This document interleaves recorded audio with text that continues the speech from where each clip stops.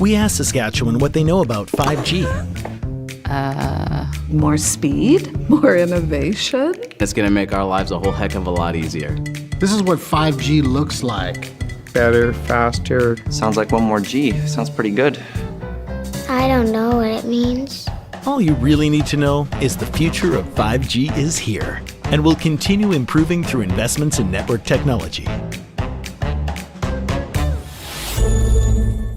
I don't remember a time when curling wasn't a part of my life. When I wasn't putting in the sweat and hard work to be the best that I can be. Clocking in the time, the effort to practice day in, day out. Curling is more than just a game. It's a family, a community. And when it's time to play, I know I'll be ready. Hardline, supporting hundreds of our next generation athletes.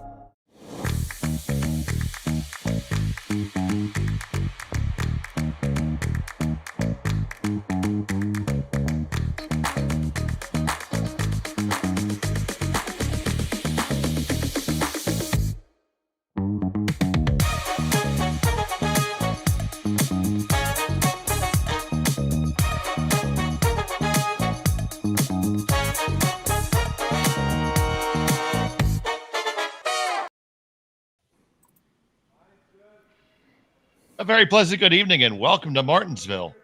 It's the Martensville Curling Stadium International. Bringing this draw between Kevin Cailey of Calgary and Bruce Korte of Saskatoon. I'm Dave Schmel. I'm joined by Shawn and Joyce. And Shawn, these two teams have had a good weekend thus far. Yeah, they have. Bruce Korte comes in with a record of 3-0. He's already guaranteed himself a spot in the playoffs. For Kevin Cailey, just 2-1. He's one of the two teams at 2-1 playing in this game that this is going to determine whether we've got a tiebreaker draw later tonight. There's 6 teams already through with 3 wins, 2 of them on the ice tonight. Bruce Korte and the other one being Dustin Keltoff. They're 3-0. They know they're in the playoffs, but there's 2 teams at 2-1 that if they win, they also go to 3 wins, and there'll be no tiebreakers tonight. If either one of them loses, there's another draw scheduled in about 2.5 hours' time. We don't know who's going to be in it, or perhaps even how many. There could be 2 tiebreaker games. There might only be 1, and there might be none. So we've got a good one. It affects the playoffs. And in the heck is Rory Golanowski with the best hair on the ice. This is a senior men's team, and we keep asking the officials to check his hair because that doesn't look right for a senior.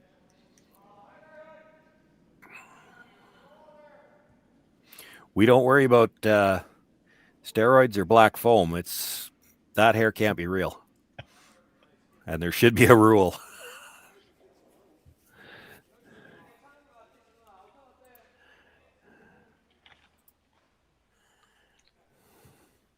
That draw comes a little bit heavy to the back 8, and Cailey's going to ask Tyler to drill down to it.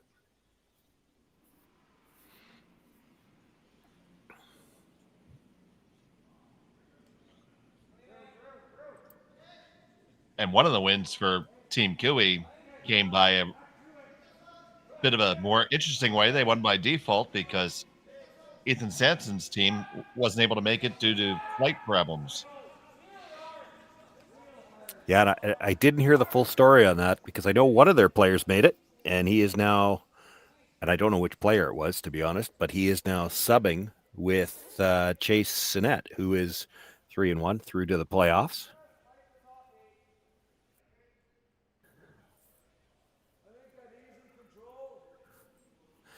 So I'm not sure how one guy managed to get here and the other 3 didn't, but such is life.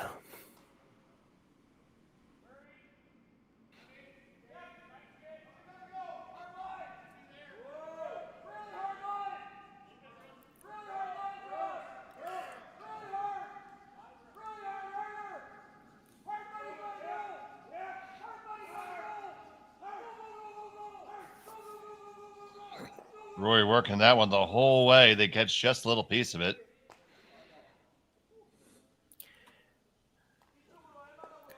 Enough to push it over and change who's got shot rock.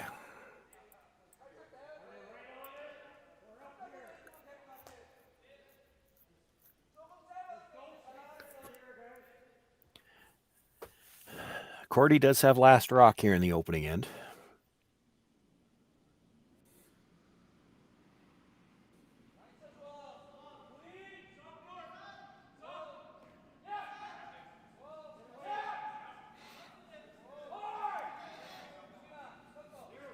This is one of the bonspiels where I know most of the people that are involved in, and we don't have mics directly on the players, but there are mics on the cameras, and sometimes you can pick stuff up. I'll warn the viewers listening at home, because I know the voices that we're listening to, and none of them are the people on our sheet. Of course, we've got some quiet skips on ours, and I think the voices we're picking up just happen to be the guys on the next sheet who are a little louder. And on the Chase Senate rink, it was actually Coleman Thurston that made it. Well, sorry, on the Samson rink. So he's playing with Senate. You had to do some digging, did you? I did. I had a little detail about U.S. teams, and you had to find out the full scoop. I got to make myself worth something, buddy.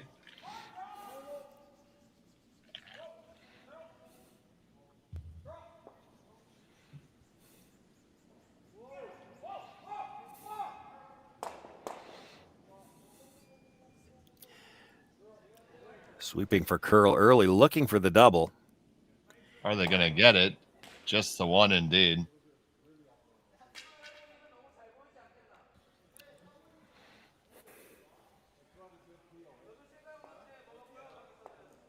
So Kevin Cailey looks like going to elect to have BJ hit and roll towards the center here.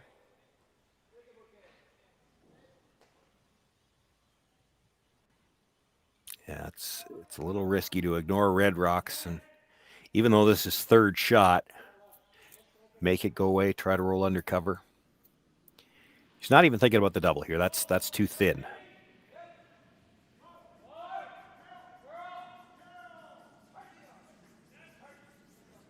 So here's Neufeld with the low tuck delivery.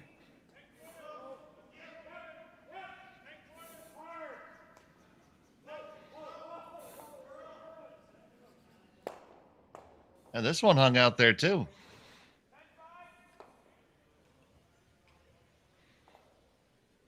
That's interesting because it leaves Korte's still going to look at playing the hit off the outside one. He could make a play on the shot stone at the back of the 4-foot, but then he's behind the tee line again.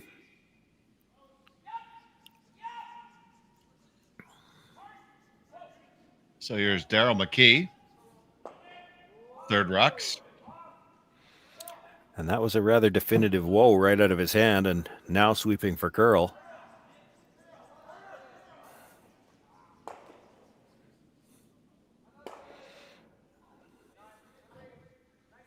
As we see so often, once something's at a certain weight, it's very dependent on the ice.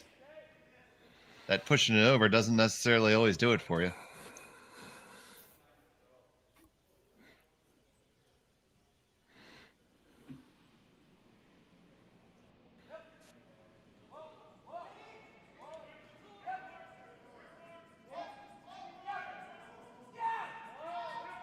Second from Neufeld.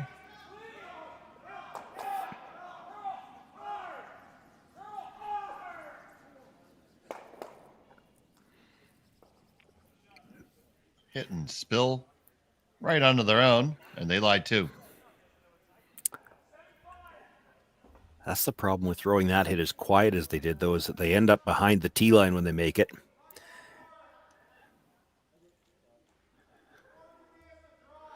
There's a chance they could make the double. I'm not sure. Like, they're awfully close to that red. It's going to drag some, but it still might go by the red.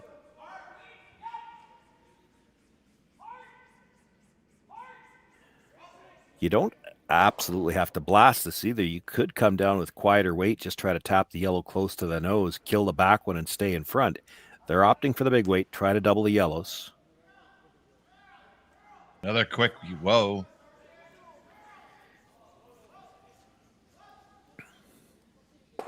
Gonna get a piece and gonna get the double. Yes, you will. And it did drag enough to touch that red. So it's probably in the open now. Yeah.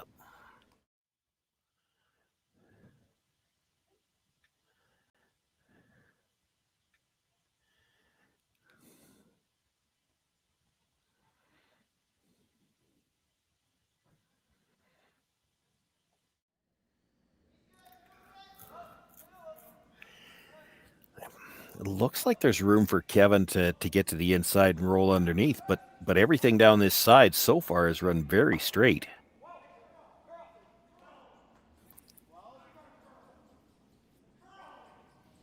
Please. Ask for just a shade more ice there.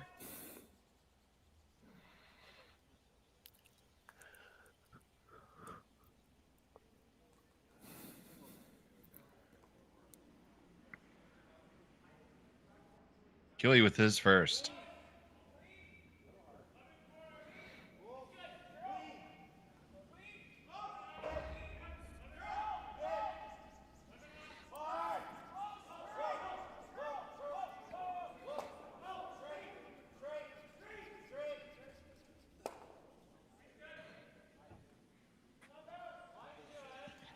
Overrolled just a sliver.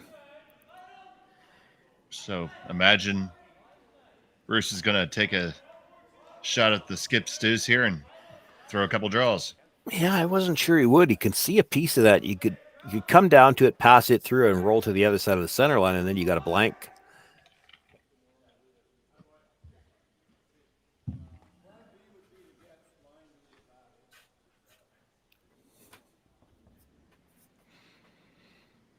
I don't doubt that this was there early in the weekend, and we don't know. This is still just the first end, but that outside on the other side of the sheet was running very straight. Of course, we're into 8 draws now. The rocks would have been conditioned before we started, but it certainly, at least to my eye, even with the game I just did this afternoon, it looks like it's starting to be just a little bit straighter than it was yesterday. You're trying to draw around a rock that's just outside the rings.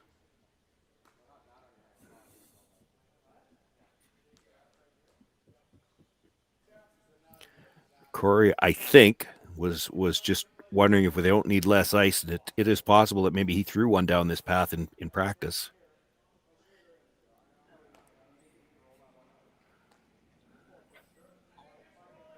So Bruce Korte with his first.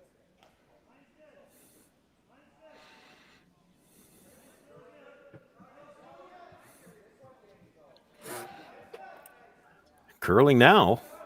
That certainly is. Also needs to get there. Clears the guard. That's going to finish up nicely. Wow, that's really good.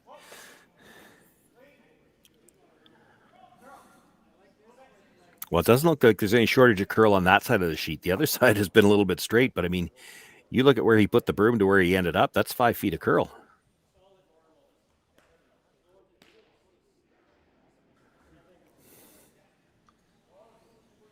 So it will require the run back attempt for Cailey.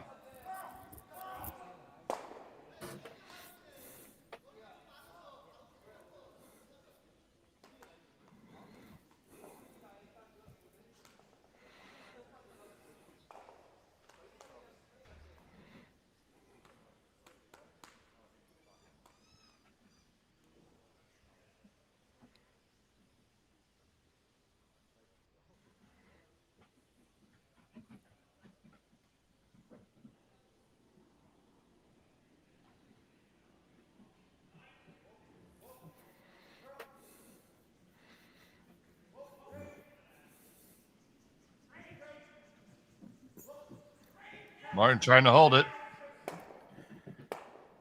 Gonna make jammed it on the back they one. Jammed it on the back, indeed.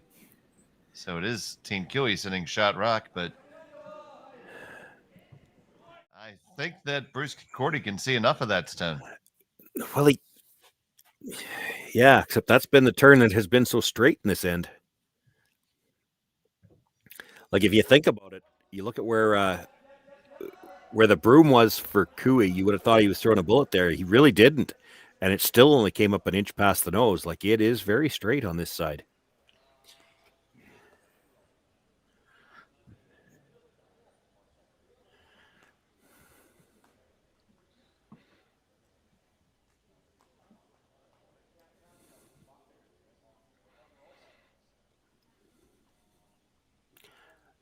Don't think he's likely to be throwing this real hard, but you still have to think he's probably going to need to hit half a rock to stay in the rings.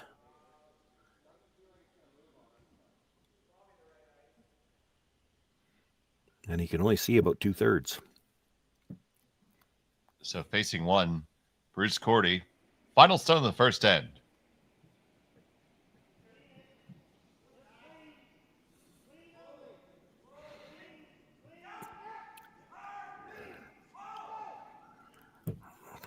Off and on, usually a pretty good sign. It's going to be tight to the guard. Pass it, no problem. And you hang around. He made that look easy. 2 on the board for Bruce Korte. Cailey will have the hammer when we come back to Martensville. Handcrafted in Canada, Hardline's Ice Pad has revolutionized curling for over a decade. Engineered with top-tier precision and durability, it is backed by an unmatched 10-year warranty. Designed for curlers at all levels to sweep effortlessly with maximum efficiency, it is trusted by the world's best curlers, including Olympic and world champions. It is quite simply the best broom in the game. Hardline. Join the revolution. Saskatchewan, you know SaskTel because we're everywhere. Because being everywhere keeps us connected to you. With SaskTel sponsorships, we get to be part of your community. We're here with you, and we're here for you. It's easy to get started. All you need to do is apply. SaskTel cares. Always has, always will. To apply for sponsorship, visit sastel.com/sponsorships.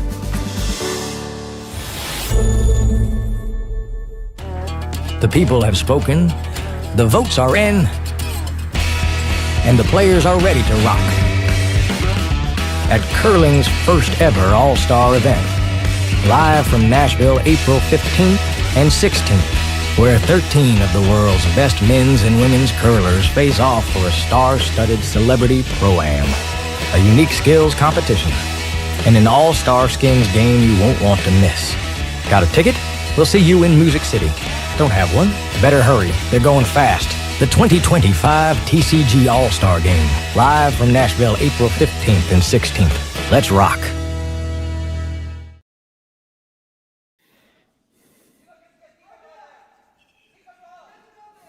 And we're back here in Martensville.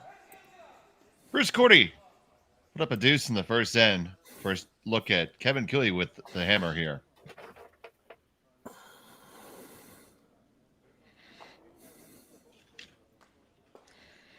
And 2 fine shots by Bruce Korte there to get that deuce, Shawn.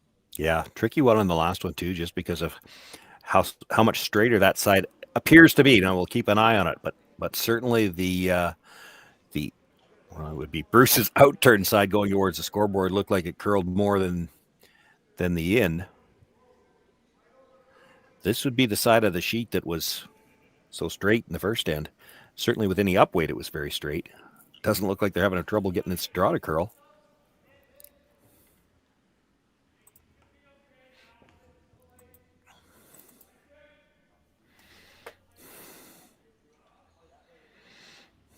It does come up and cover up their stone for the most part, but Cailey can still get in there.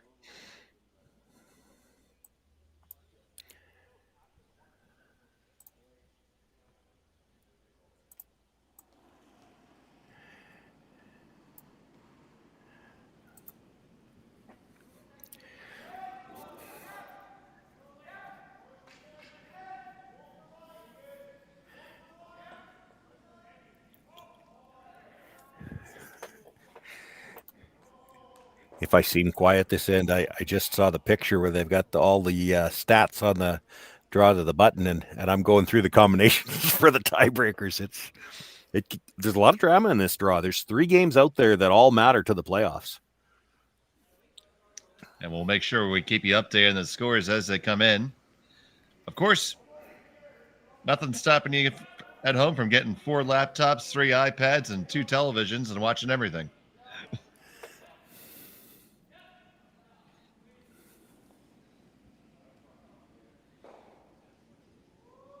I think I heard that these scores that I'm looking at are up to date, so it probably is already counting the one that up to date should mean they're counting the one that just happened prior to this draw. Ooh, just whiskers by that high guard, and they lie too. Double goes pretty naturally, though.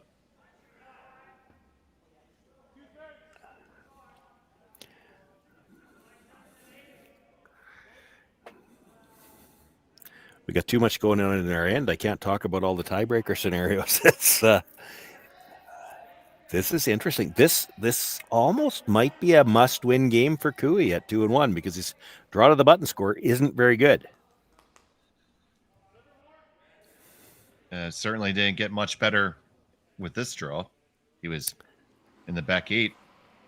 Well, that might be including this one. Again, that should be the final. According to what I read, this was the updated scores, but there are already 2 teams, Ryland Kleider and Drew Height, sitting at 2-2, and they're eagerly watching the scoreboards here because they need somebody to come back to them.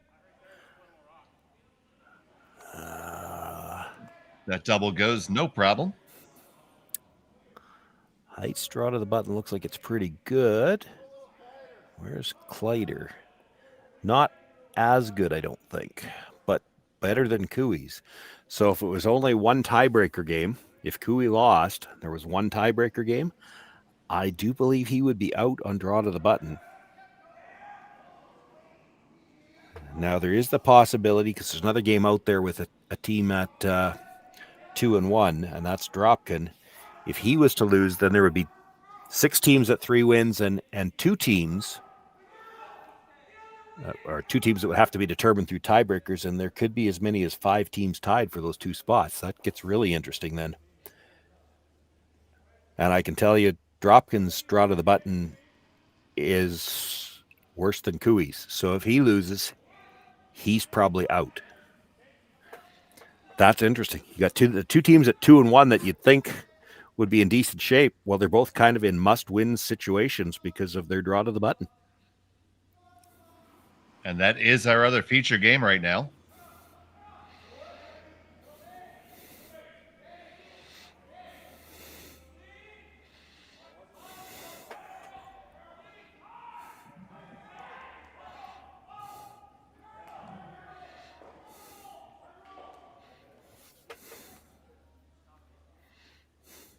No problem there.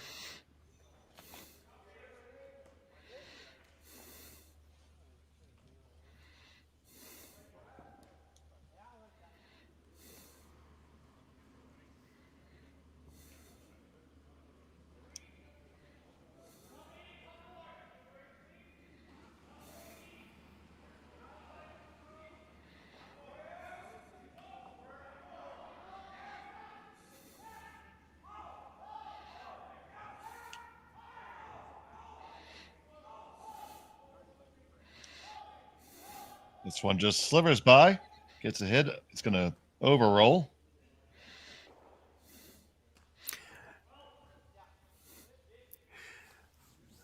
If you're a numbers guy, which I am, this is going to be a really good draw to watch. Every time somebody scores, you got to recheck all the standings boards. And that's just for us. We're the announcers, maybe even for the fans at home. Here's the other thing. The players always know where they sit too. And as much as everybody will tell you they don't scoreboard watch, they're all lying. That's a They all scoreboard watch. And it can be a distraction. Need to get this one to come up so they can sneak under, and they won't.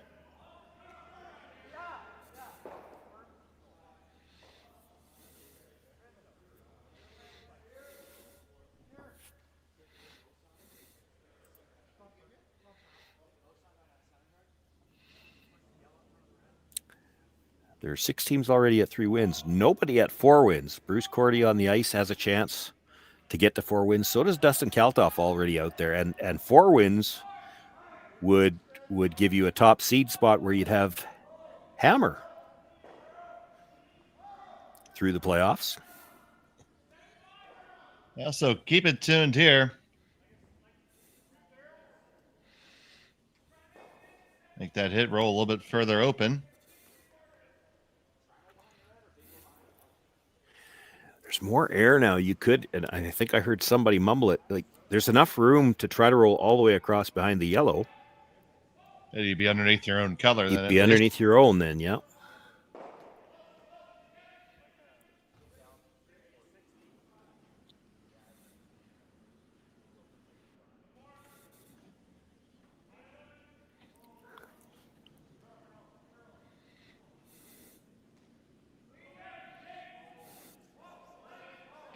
Tardy trying to carve this one over. They went to plan B at the end. If we're not going to roll behind, let's roll away and make the roll harder.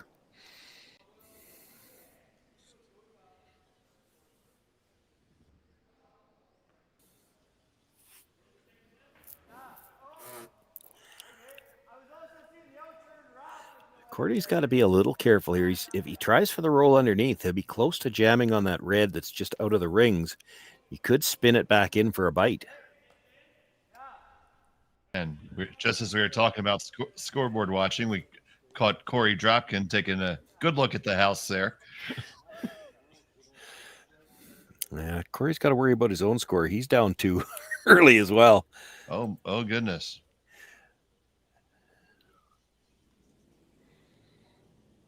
Yeah, through the opening ends of play, all the teams that could make for very interesting tiebreaker scenarios are all the tiebreaker ones are 2-0. It's Sam Hoiberg also has a 2-0 lead, and that would put him into the tiebreaker mess as well.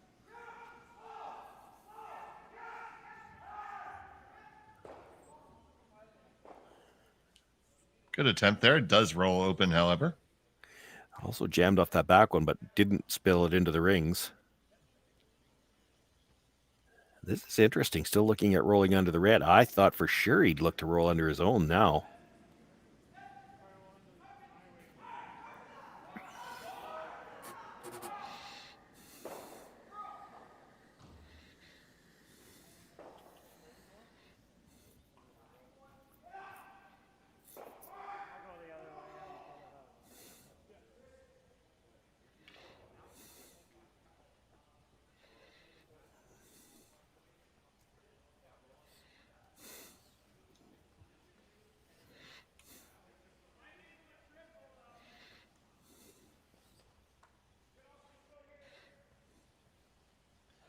So after a quick adjustment of the hoodie, first of the second end for Cailey. It's a little in out on the release. This is going to have to curl. Quiet weight's going to save him.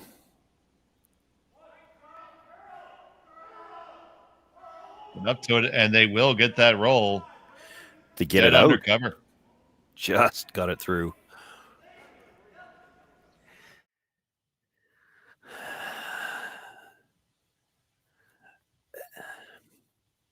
The only problem, and this is the issue with why I thought he might have tried to roll the other way. If you look at where the yellow ended up, it's only about a 6-foot run back. And if Bruce makes any contact with the yellow, the best that Cooey can get is a blank. But if he ever dead sticks it, you're forced here.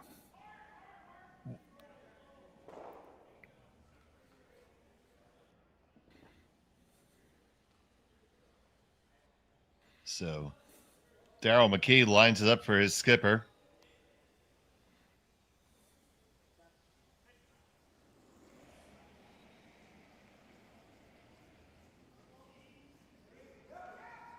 Gonna run it and stick it.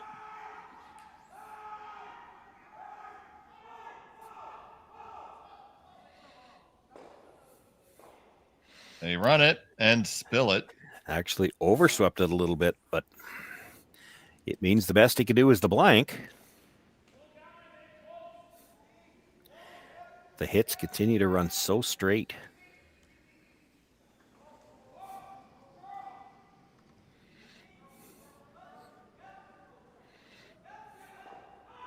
I was just going to say before we saw him set up, I wonder if he's playing this with the out turn, because all the hits we've seen so far have been from the outside in and they've run so very straight. You might like to know what this does.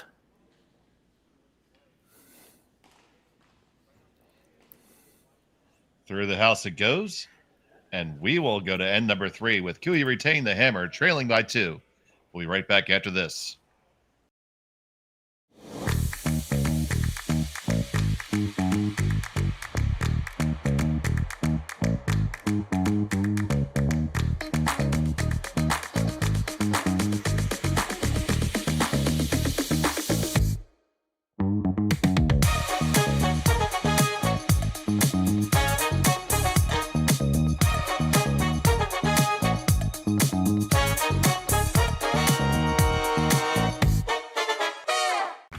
Team Homan rocks. Team Mowat rocks. But who rocks harder? On April 7th, we'll find out. Presented by Rio Mare, join us in Toronto at the Curling Group's first ever Battle of the Sexes, as world number 1 Team Homan takes on world number 1 Team Mowat in a head-to-head charity curling skins game with a twist. 8 ends, 4 rule changes, and curling like you've never seen before. Watch it live on the Grand Slam of Curling website, app, and YouTube, with celebrity coaches and special guest appearances. The Curling Group's first ever Rio Mare Battle of the Sexes, April 7th, Mattamy Athletic Center in Toronto.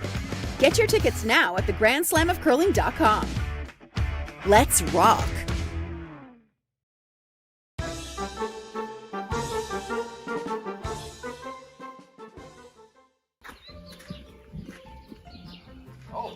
Looks like they left the stage.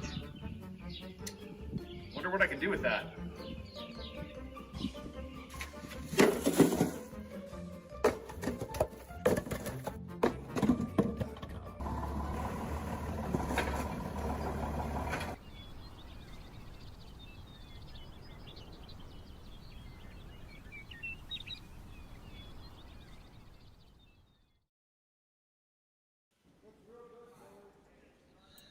Back here, the third end. It was a blank in 2. Cailey has the hammer, playing the Yellowstones, trailing by 2.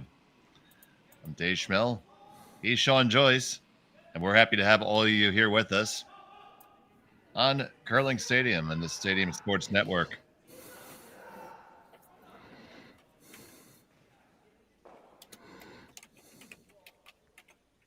And right now, Shawn is going through some advanced astrophysics to come figure out all of the tiebreaker scenarios.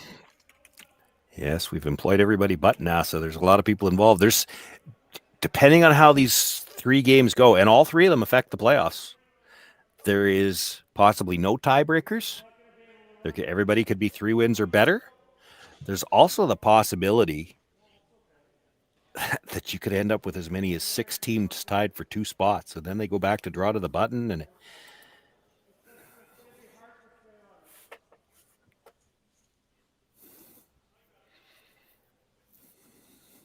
so Kevin electing to draw underneath the guard here. And the last time I looked at the scores, and it's early, nobody's more than the second end yet, but all of the scores that are up so far lean towards that 6 teams tied for 2 spots scenario, which is probably a lot more fun for us than it is for the players that are out on the ice.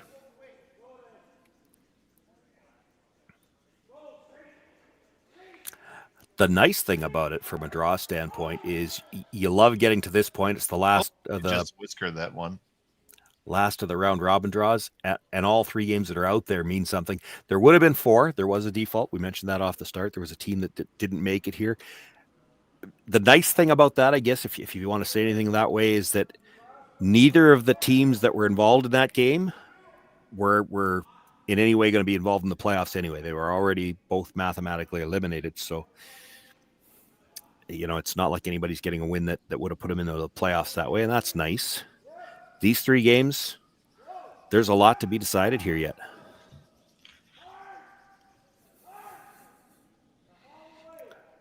We keep talking about the tiebreaker possibilities on the other side. I did also mention last end, there's also 2 teams at 3-0 with a chance to go 4-0 and guarantee themselves the hammer through the playoffs. And that's a pretty big carrot too.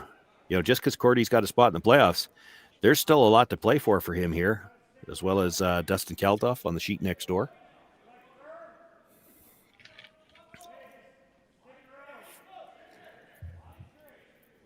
Now we're going to have a bit of a cleanup operation here from Tyler Tardy.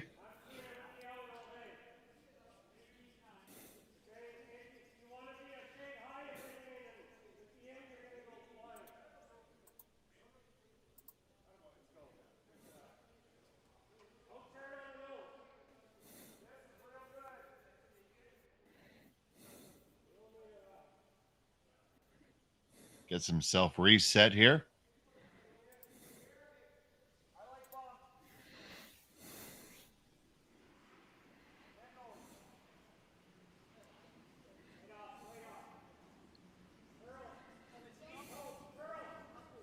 This one does need a curl. And they all fly. And up and out it goes. Great shot by Tyler Tardy.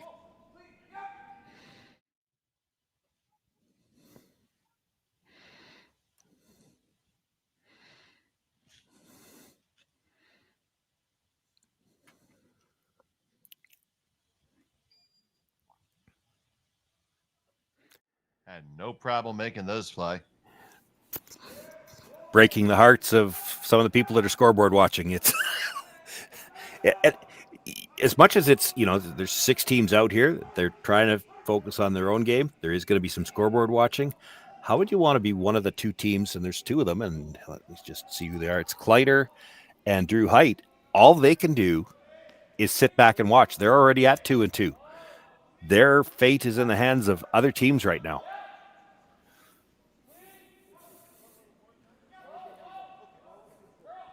They're hoping they're playing at 10:30 tonight.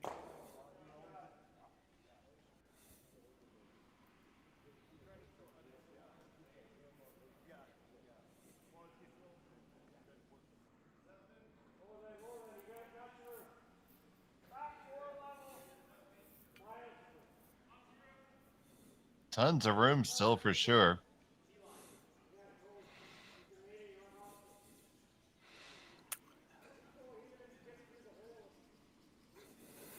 Can they clear it and get under? They will. Well, they clear it. I don't know about getting under. A good piece under.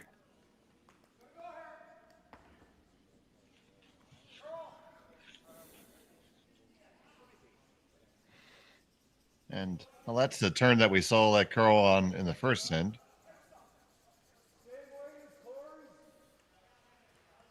So it stands to reason you should be able to dig this one out.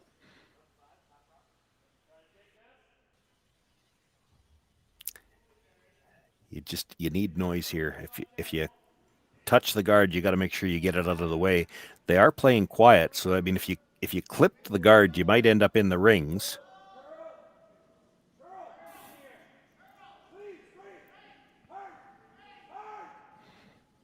We go from Corey to Rory. They do get past the guard, and they do dig it out. Well managed rock right there. And hung around in the back of the 4-foot. Makes it a little harder to play the straight draw, but you might have the double in the roll now.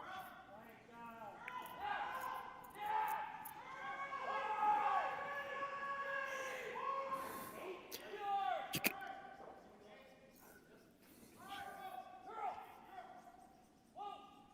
was going to say you could throw it quieter, just make sure the roll, and even if you jam the back one, but with that broom, and I think I heard 8.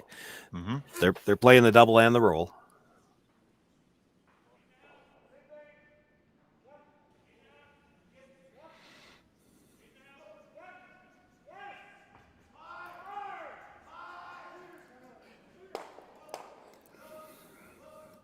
One, 2, and under it goes. Fantastic.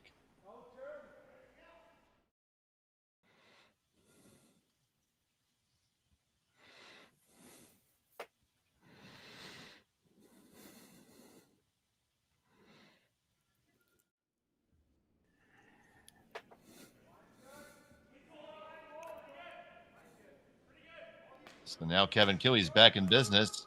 They need Daryl to make this run back here. And interesting, he's playing this with negative ice. It's got to back up a little bit. We saw it so straight in the first end. And he made no mistake at all. It is off the rings. Great shot there by Daryl McKee.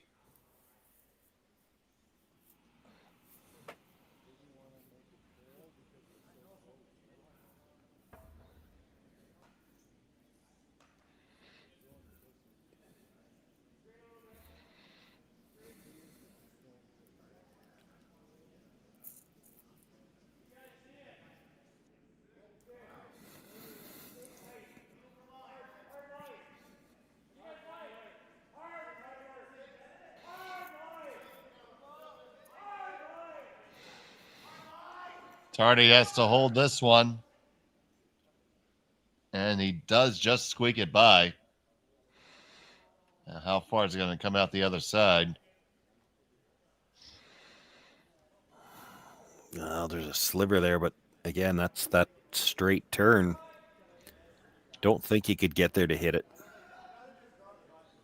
Could come off the yellow, but it's really thin to try for the double. You might be able to hit and roll onto it. Elected just to run his own back instead.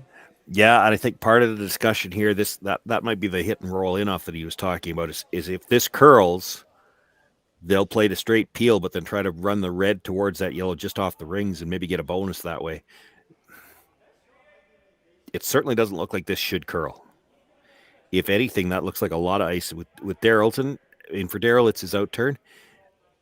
Bruce is left-handed, so this is an in turn. Daryl may be a little positive in the out, so they actually had negative ice for Daryl's. This is more ice than they gave Daryl for the same shot a second ago. It's funny to look at that and say it's more ice, but I mean, it is. First to 2 for Bruce Korte.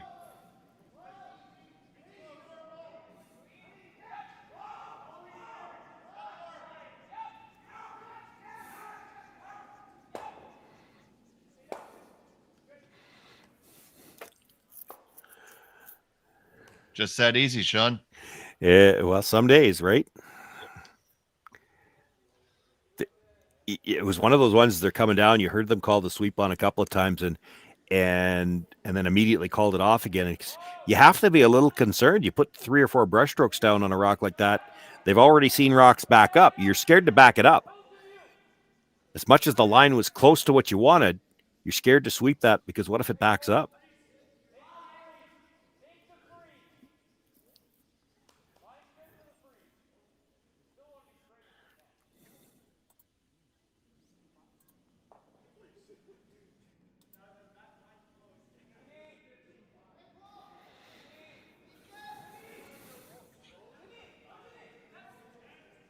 So Cailey's going to try to get him to take another crack at it.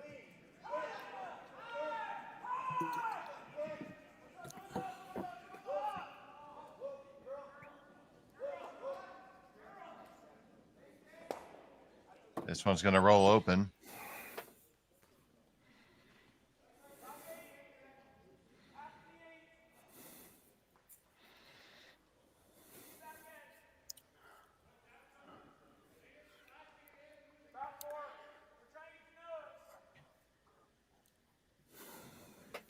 Well, Bruce has nothing to lose by trying to roll behind the corner guard. If he rolls too far, it was probably going to be a blank anyway.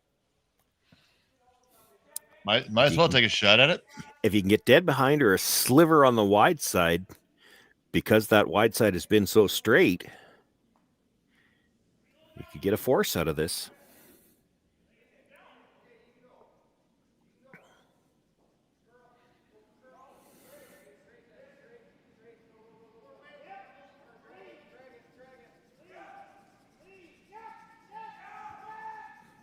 Corey's trying to push this out for Bruce. Don't think he's getting any roll. That's going to be just dead on the nose. And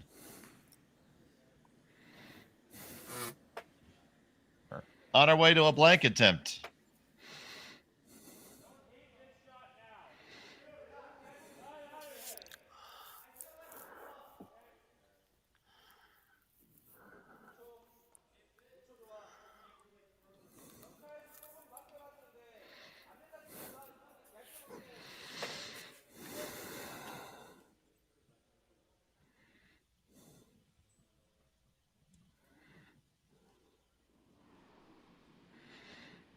Final stone of the third end for Kevin Cooey.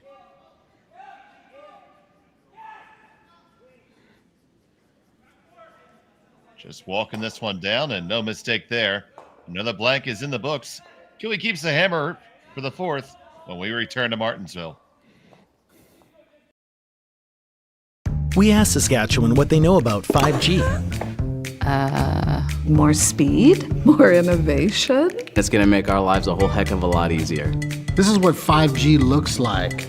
Better, faster. Sounds like one more G. Sounds pretty good. I don't know what it means. All you really need to know is the future of 5G is here and will continue improving through investments in network technology. I don't remember a time when curling wasn't a part of my life. When I wasn't putting in the sweat and hard work to be the best that I can be. Clocking in the time, the effort to practice day in, day out. Curling is more than just a game. It's a family, a community. And when it's time to play, I know I'll be ready. Hardline, supporting hundreds of our next generation athletes. Welcome to the RockShop.net, the official store for the Grand Slam of curling. Whether you're looking for the best hats, stylish clothing, fun toys, or unique accessories, the Rock Shop has it all. Shop online anytime at therockshop.net for exclusive Grand Slam of curling gear, or come see us in person at your next event. TheRockShop.net, where fans find their favorite curling gear. Stronger agronomics, better returns, greater peace of mind from pre-seed to post-harvest. You can count on the Victory Canola program to keep you and your farm ahead of the curve. Grow with us at victorycanola.com.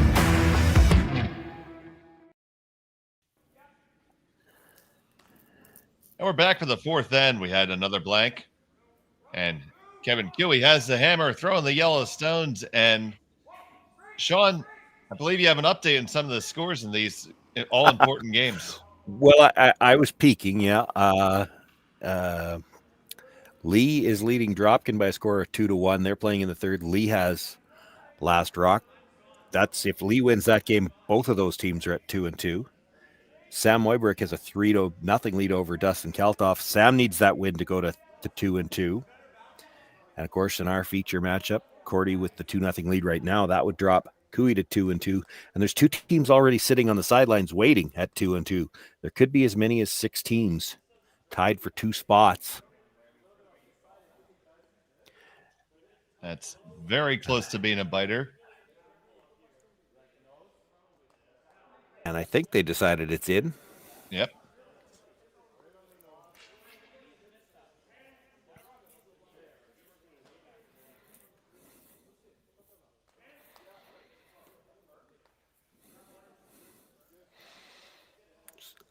I heard 10, not throwing this real hard, just a control hit weight. I think it's more important. I think what they're thinking is more important to keep the shooter out of the rings in the free guard zone. Like if you're right on the nose here, you're not likely getting the double with this weight, but you keep your shooter in a great spot.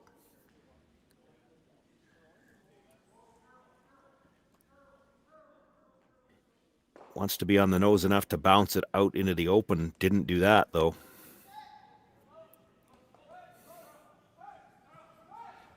Leaves Korte still sitting shot.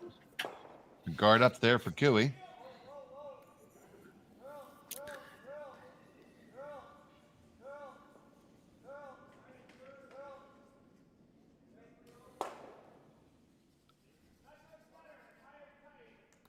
I didn't see the call. I would have assumed they were playing a longer guard here, but this is a long ways out and a lot of room. Or a lot of weight. Is he coming around everything? It is the intent, I believe. They only get down to their own. Well, and that just leaves queued up. Yeah, that just leaves a run double.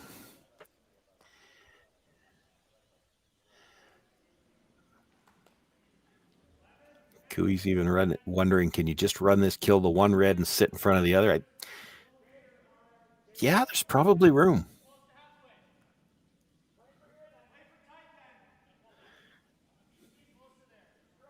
And again, keep his shooter in a good spot.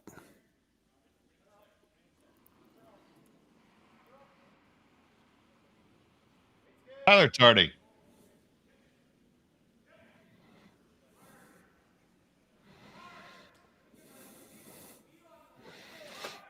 Carrick really leaning onto this one hard. Get it, pick it, and where's that going to skitter to? Wow. How about that for a bonus? Yeah. A bonus or an excuse me. That's not anywhere close to what they were playing, but it turned out great.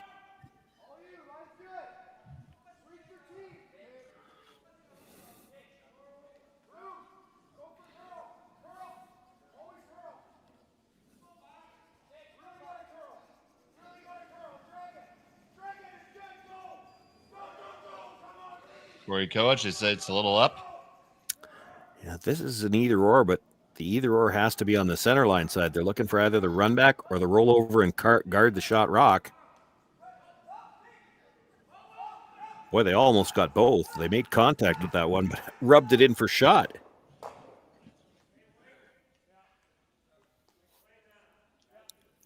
So now we're at the straight run back.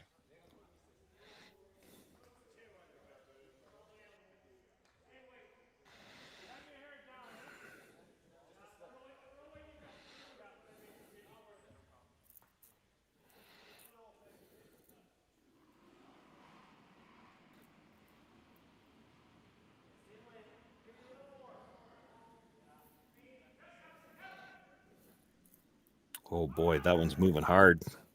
And Martin's trying to hold on to this one. Are going to clip it, but jam it on the way by. That's back-to-back really bad breaks for Corey Kohutch to have rubbed that rock as thin as he did and rub it in for shot. And then right back on the other side, the run onto the red and pushes it into shot rock and leaves it buried.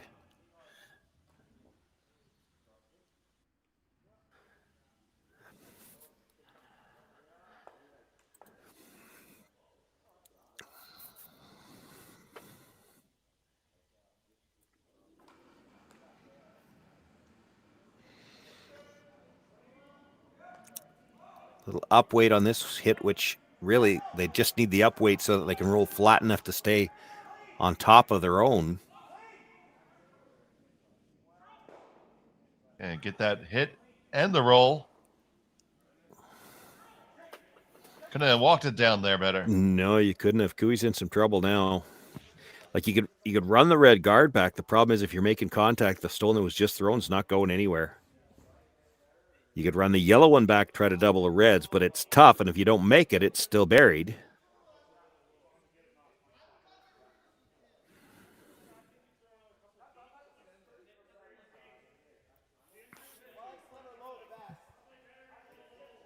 I'll still have some time to make things happen. We're on first vice stones right now.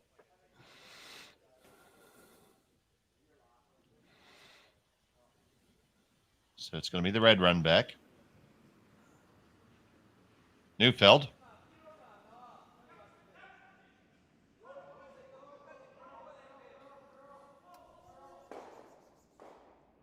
Makes them all move and releases it and kicks it out in the open. That's probably about as good as you could have expected.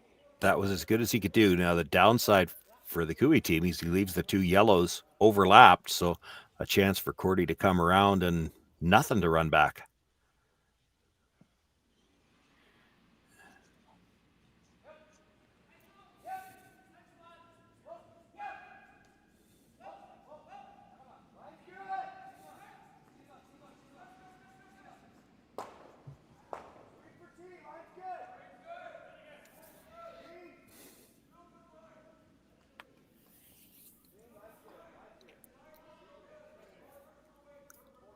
So switching over to the intern now.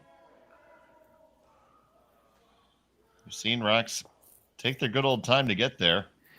Yeah, that's the question is whether or not this one's going to stop in time. And it's going to be just a sliver behind the tee line.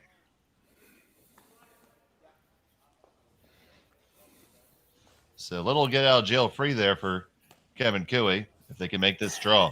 Yeah.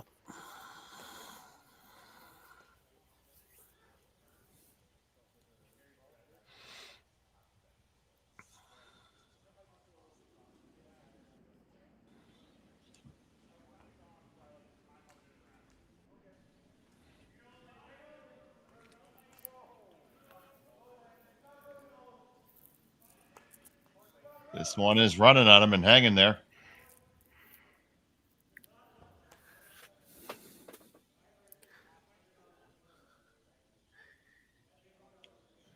Can they walk it over enough?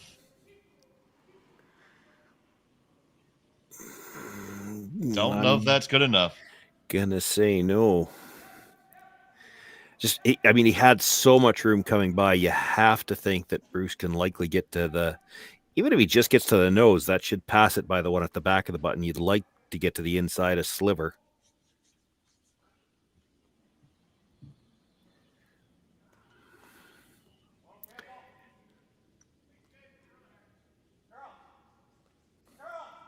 The only reason this is uncomfortable at all is because it just looks like the minute you step the weight up at all, even at like a heavy hack or a bumper, it doesn't move much. And he does need to get a little bit of movement past the guard.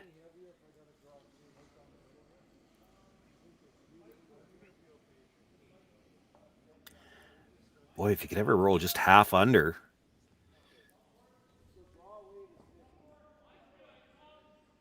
I don't know what Kevin Cooey does.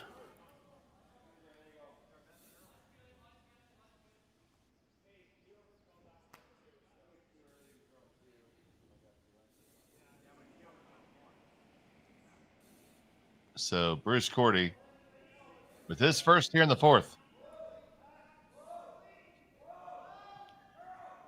Just hack weight. Already sweep. I've heard calls both ways, but this is really bending now. Gotta go. They do get past it, and they get that little bit of a roll. Fabulous shot.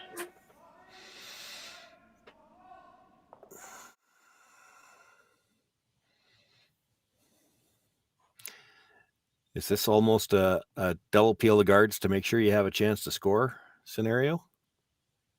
It might be. You might have to. You double peel the guards, you force Bruce to throw one more, and then you're going to have half the button available. If you play the draw now and you don't make it, you might not have a shot to score. Well, he is going for the draw. By not making it, you've got to bury a sliver underneath that stone at the top of the forefoot, because if you don't, if you leave this wide open, Bruce can hit it on the nose, and you got no way to hit and roll under. You don't have a shot.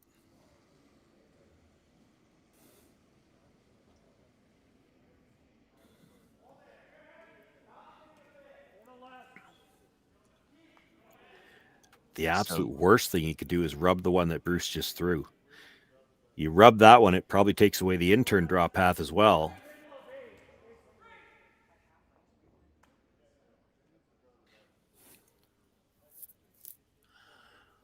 It's one thing if you put this in a spot where Bruce has to blast out, and at least you can throw the same shot with the next one.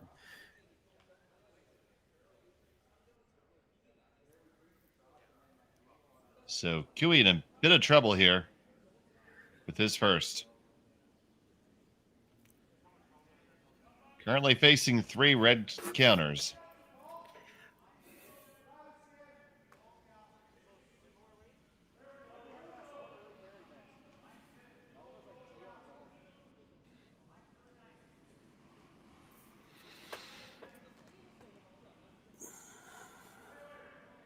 BJ likes the line. Do we like the weight too?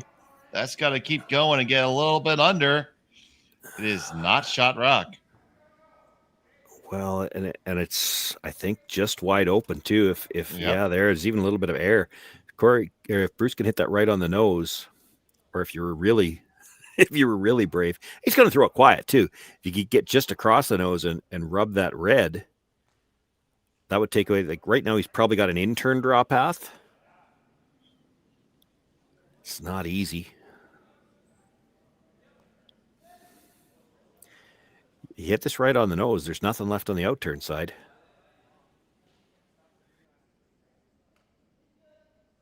even if you take it off your own, but you'd love to leave your own at the back of the button. That's the one that probably means he doesn't have a shot to score.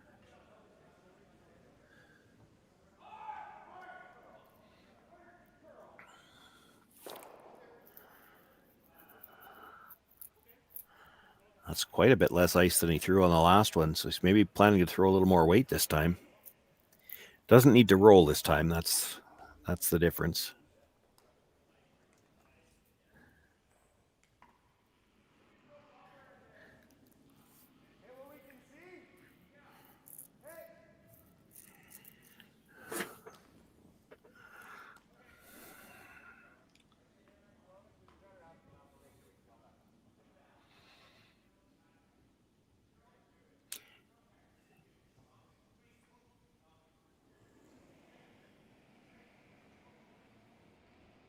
So here's the last from Korte.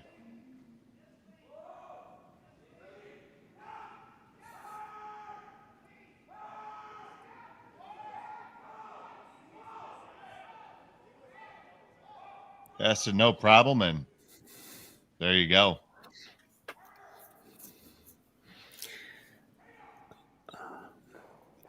So the wide in-turn draw, he might be able to get shot rock out of it. It certainly doesn't.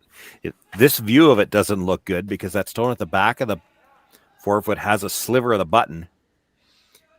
And looking by the stone at the top of the forefoot, you can't see any button. But from the overhead, it looks like if it's really carving in hard at the end, he can maybe get just enough of the button. Needs full forefoot just to hold him to one. Huge shot upcoming for Kevin Koe here in the fourth end.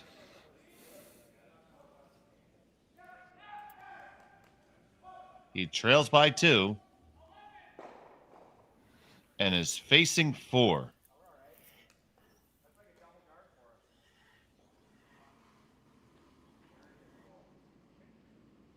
Final stone of the fourth.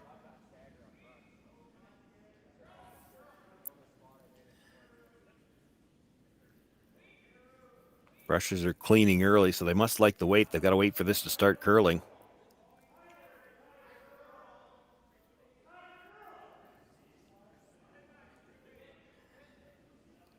This is way out there. Yeah, he's not scoring. Can he cut him down? Can it get in there? Can it get in there enough?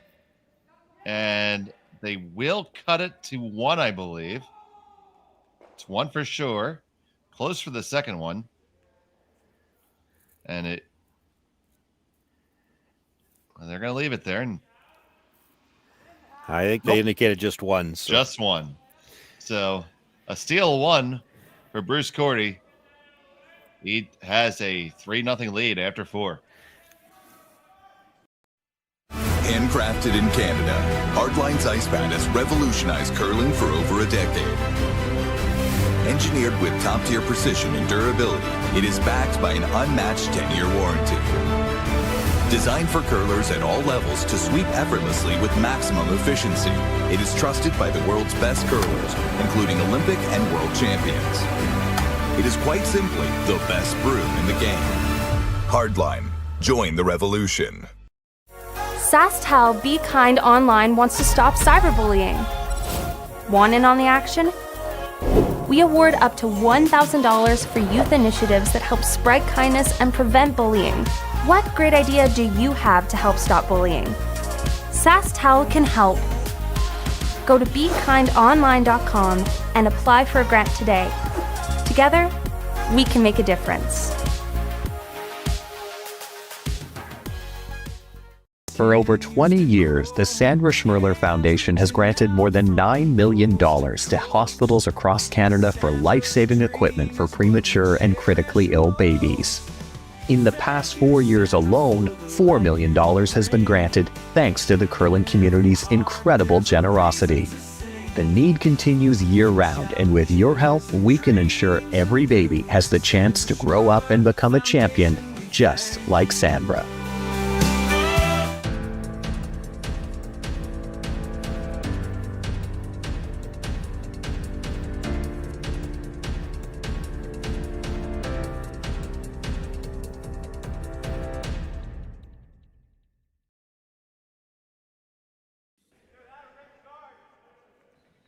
Back here at end number 5, Kevin Cooley allowed a steal 1.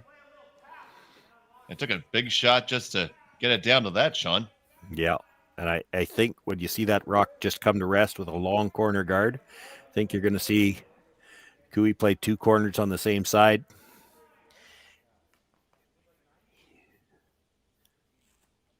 Again, he's not actually in a must-win game, but he's in a you pretty well better win type of game. Corey Dropkin's in a must-win game, and he did steal 3 in the third. I think if I've got this figured out right, the only way Cooley makes a tiebreaker game in playoffs is if it ends up as a I think if it's a 5-way tie, maybe. Or no, if it's a 4-way tie for 2 spots. Is that possible? He doesn't have a very good draw to the button score, but it's better than Dropkins.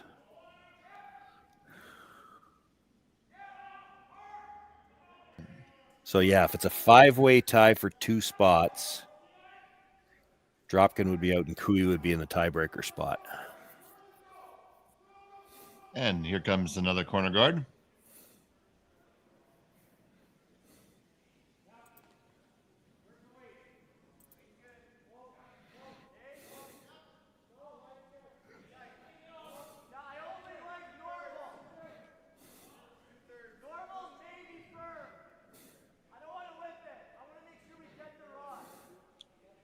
We're going to have good separation between these 2 guards.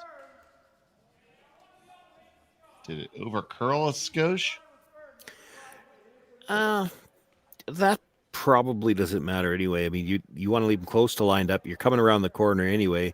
I can't see Bruce trying a double peel if he's got to move one of them towards the center with that rock sitting in the 8-foot already.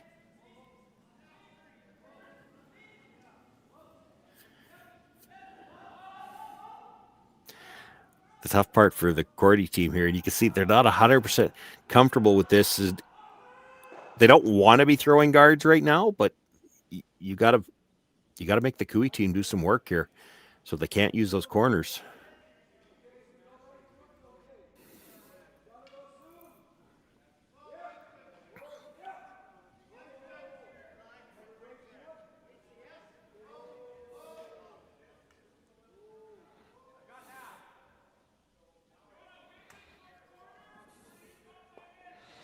That's a really tight guard.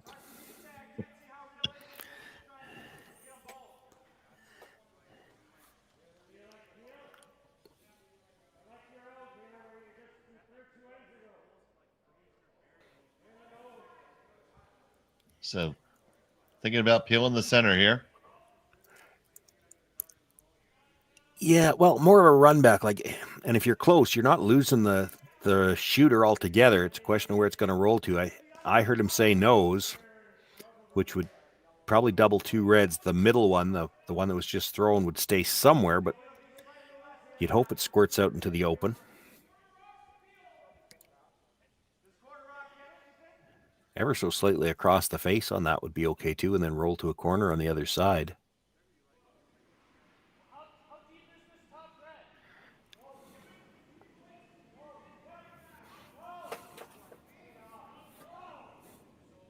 Tardy gets them all moving. Only gets 1 to leave. Yeah, that's pretty good, though. The red in the 12-foot's not hurting Cooley. He'll never worry about that stone. The one in the 8-foot, you can hit and roll behind the guards.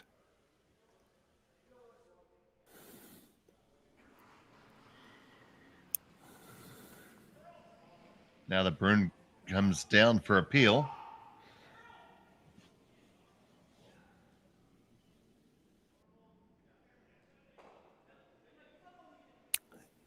You'd love to get 2 of them here, but it's really thin to do that.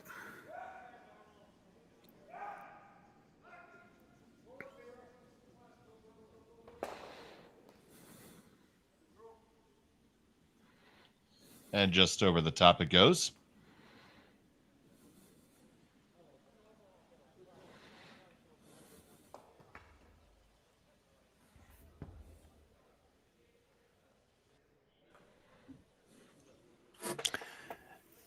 I would assume he's coming around the corner here. This doesn't look like a ton of ice.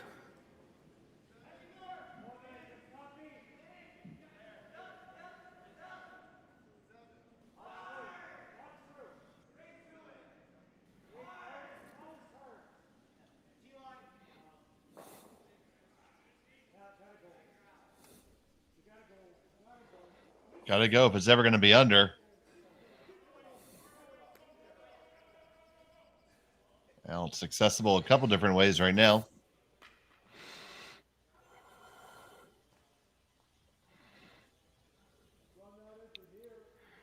Probably the least risky is to play the red into it.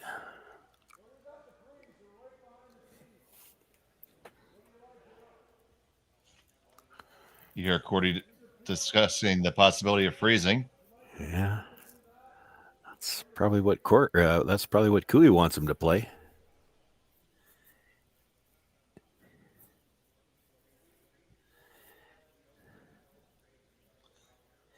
So freeze is the call for Daryl McKee.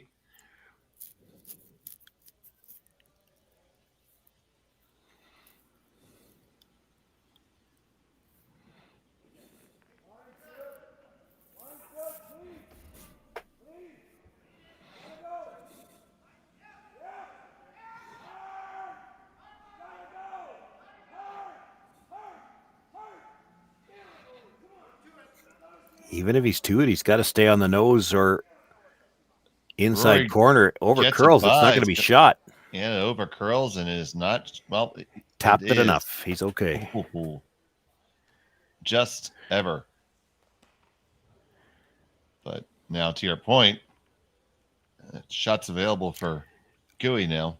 Yeah, well, if you make a good one now, there's no way to get it out anymore.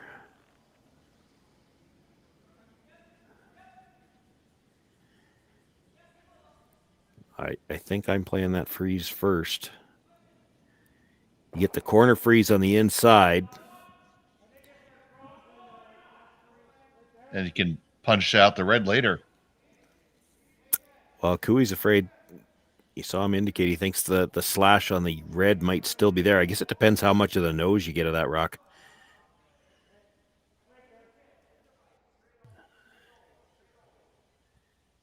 I don't think you're playing the crosshouse double yet, but it's there.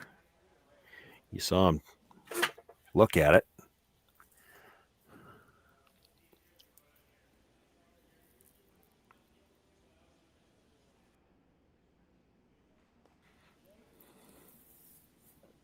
So the freeze attempt from Neufeld.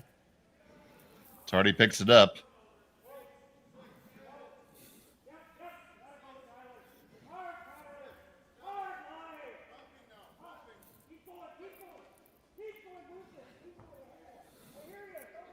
They get past. And they squeeze it in there for shots down. And possibly.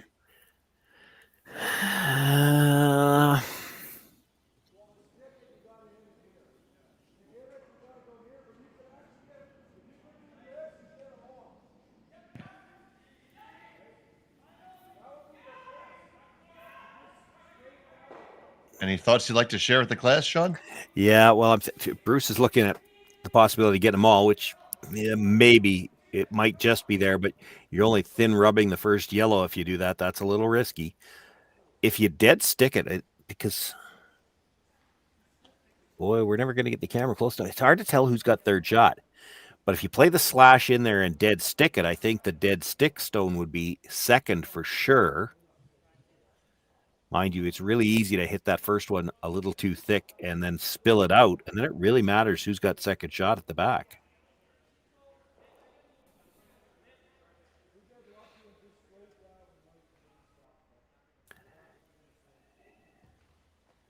Even if you do play it to dead stick it, there's still going to be a shot for Cooey to play a freeze somewhere in there.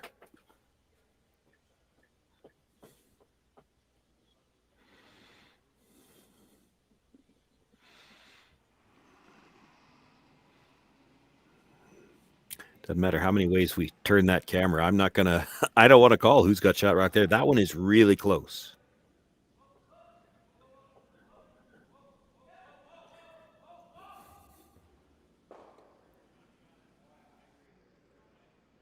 Here's McKee.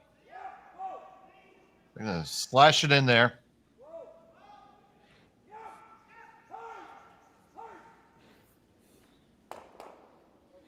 And not able to dead stick it. And if you made me pick, I would say yellow.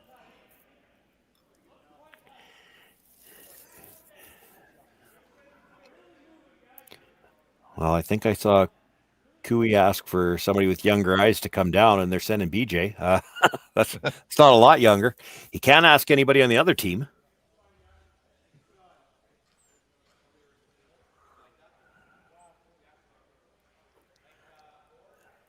It may not matter either to this call. Like, you might have to play the top one and try to roll behind the guard right now anyway.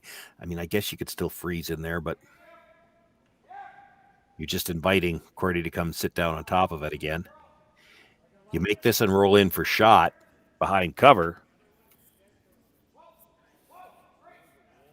What does Bruce Korte do?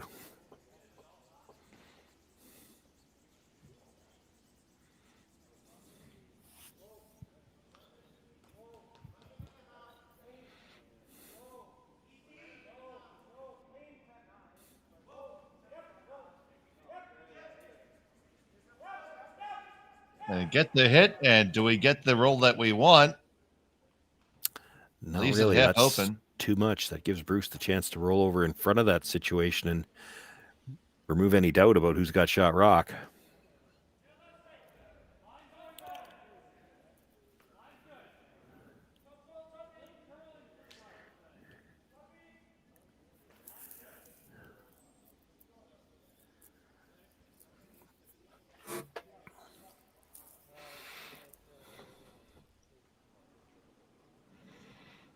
I'm just playing this through in my own head, regardless who shot right now in there. And you can call yellow all you want. I'm going to measure it twice. If Bruce makes this hit and roll into a good spot, I feel like Kevin's playing the draw around the yellow guard. And he's still going to have his shot for two. Got to make a good draw in his first one.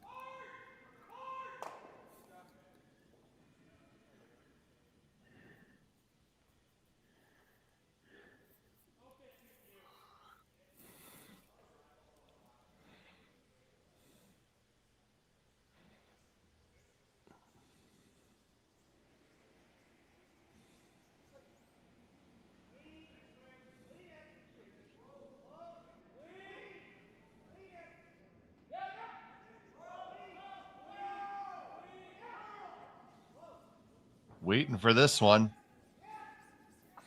This might be rolling too far. Get it? And the roll is not bad. Pretty good. Do you take a chance on the double? I mean, it's there. Taking a look at this one, and they just very patiently let it come on down. Yeah, they're scared to roll too far. That actually, it needed to roll a few inches more. There's a double there. There's probably no risk either. I mean, you play the double and roll towards the center guard.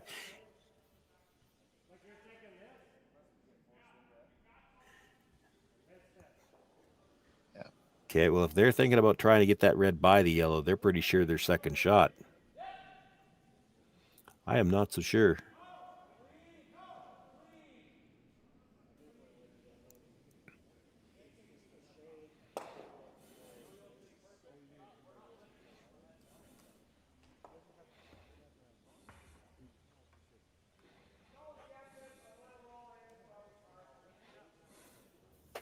Yeah, well, if they're sure, you just dig it out and roll in, right? Well, yeah, but the only way to do that is to get across the face, which is tough. It's only edge to edge. You could make the double and roll towards the center one. It's really tough to make that double without moving the yellow. It's there. It could be done if you pick that second one just right. One will go under the yellow and the other will go over it, and you roll over towards the center line with your shooter. You'd sit two for sure.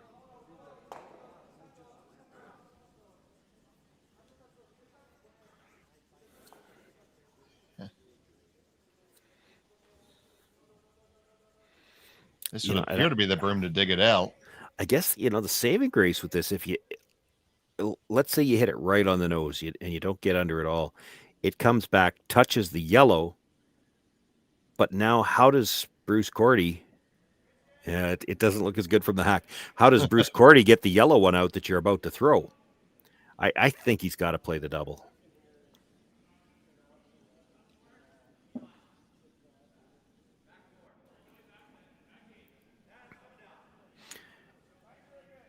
Then the question is, how much weight do you want to throw? They can do more with the brushes the quieter you throw it, but if he wants to try and roll behind the center guard, he's got to throw a little more weight. Definitely throwing it quiet. Might be trying to touch that red, and then even if he leaves the first stone somewhere in the back 8 or back 12, again, it's another rock that Bruce has to get this shooter by. You'll have some jam possibilities at the back that could leave you a chance for 2 or perhaps even 3 if he jams it onto a red one.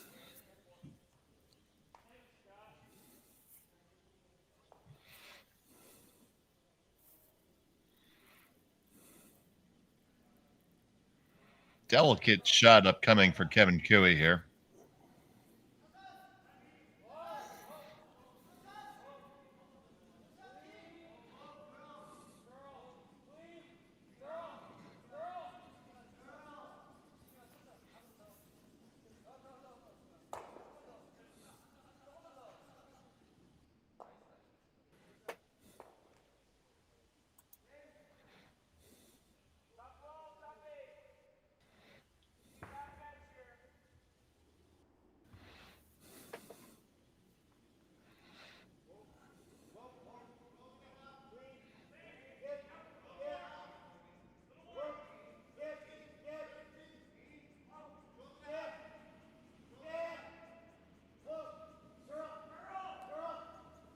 Switching back over the curl now.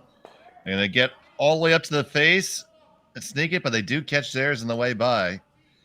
Their shot's down under cover at the moment. His shooter is shot, and how do you get it out? Even if you can see a piece of it, I mean, there's a lot of reds back there you could jam it onto.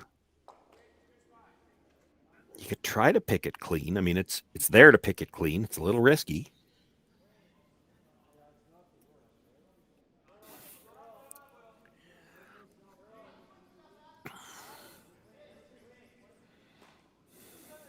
He's thinking of coming all the way around the outside and getting underneath. No, I don't think he is. I think what he's talking about with that, he's worried about jamming the yellow into it and where would everything go.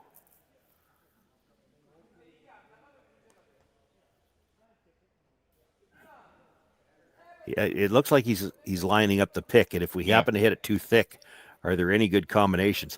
I mean, if you throw the pick and dead jam it on the outside red one, you should still be sitting 2. It's what happens if you put it into the pocket. Where's everything going to go? Because the yellow wouldn't leave then. Would you ever leave a double on the reds at the back? You might. You really can't hit this too thin.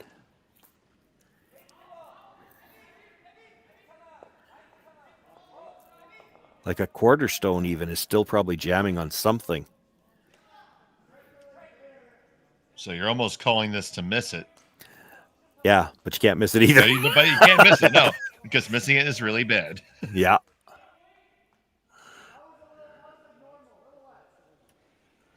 Final stone of the 5th end for Bruce Korte.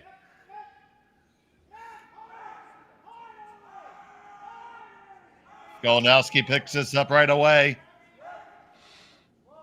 Oh, that's way too thick. Oh, it jammed it all day.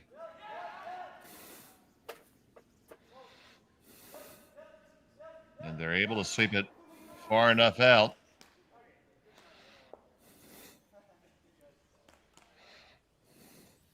It'll just be a draw.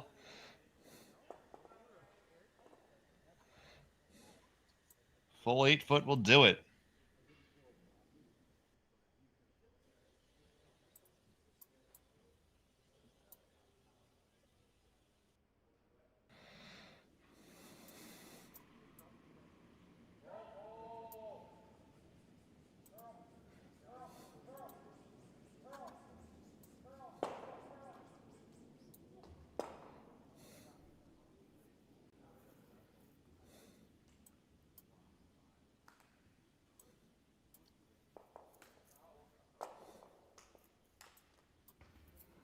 Kevin Cooley's got one in his pocket. Needs full 8 to get a deuce.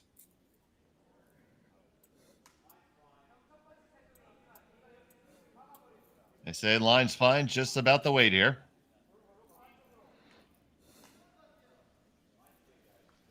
Don't seem to be overly concerned in the slightest, just keeping it clean. And they're happy with it for good reason. So put 2 yellow up there on the board. 3-2 after 5. We'll be back from Martensville right after this. The people have spoken, the votes are in, and the players are ready to rock. At curling's first ever All-Star event, live from Nashville, April 15th and 16th, where 13 of the world's best men's and women's curlers face off for a star-studded celebrity pro-am, a unique skills competition, and an all-star skins game you won't want to miss. Got a ticket? We'll see you in Music City. Don't have one?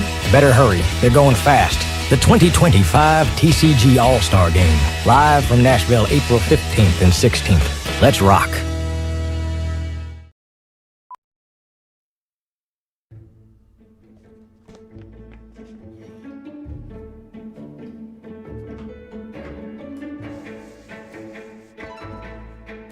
This is where the focus comes into play. Look at that.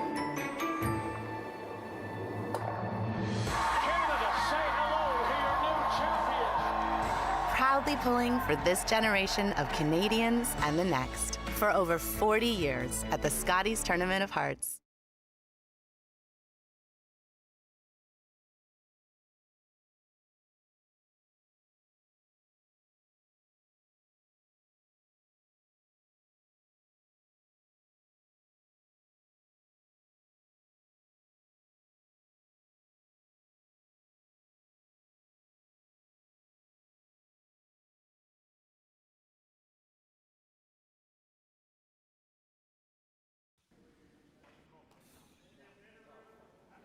We're back here. It's head number 6 from Martensville. It's the Curling Stadium International.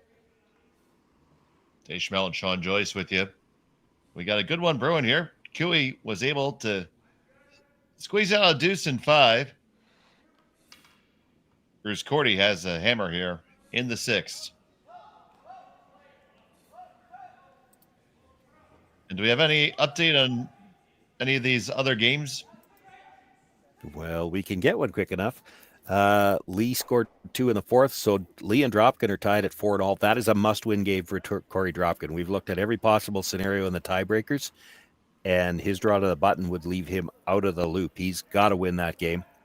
Sam Moybrook took 1 in the 4th. He's up 4-2 over Dustin Kaltoff. Kaltoff with last rock in the 5th. Moybrook is 1-2 coming in. He needs the win to get into tiebreakers and needs one of either Dropkin or Cooey to lose to have any chance. And I think he might need both of them to lose, but I'm not positive on that one either. And of course, our feature, Cooey is almost in a must-win game. I think I had it figured out. There's one possible scenario.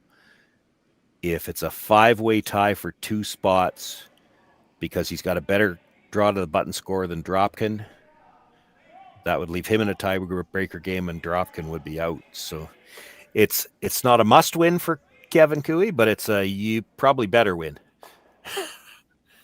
Because you got to look at 2 other scoreboards if you lose this game.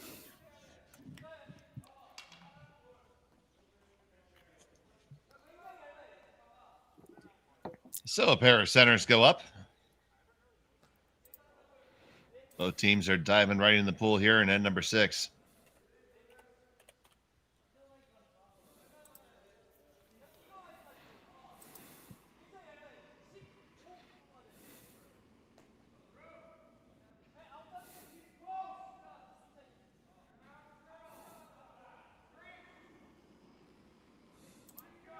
And here's Rory Golanowski and all the hair that comes with him.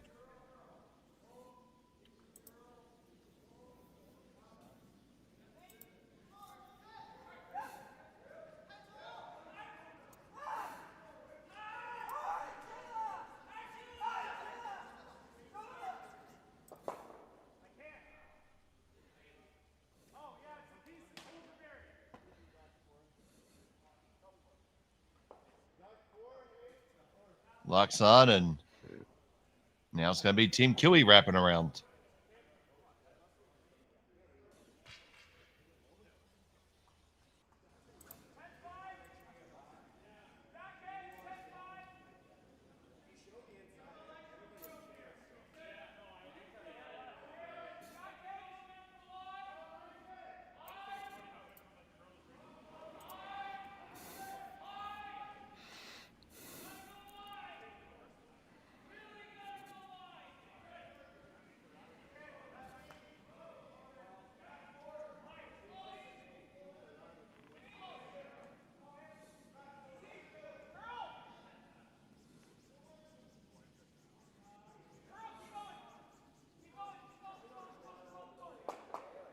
This is going to wick off the top one and flip out to the open a little bit.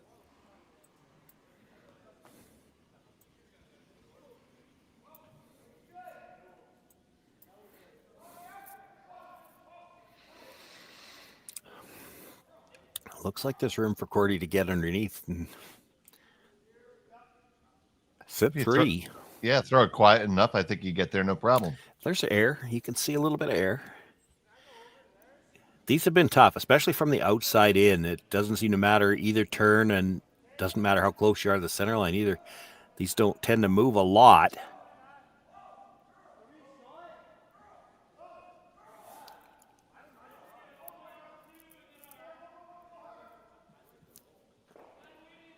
Just enough that it's certainly not there for Cailey to get inside this time. Freeze tap. Just going to tap it back a little bit.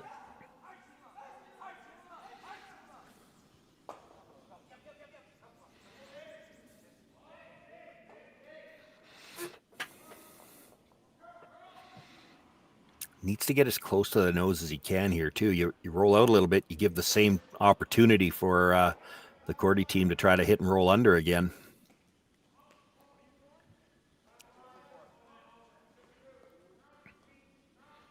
He's still out there, but he's got a lot of rotation.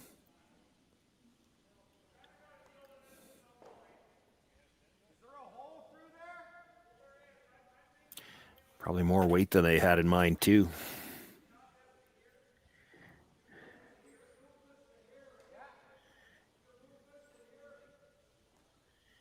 Is that shot back for them again?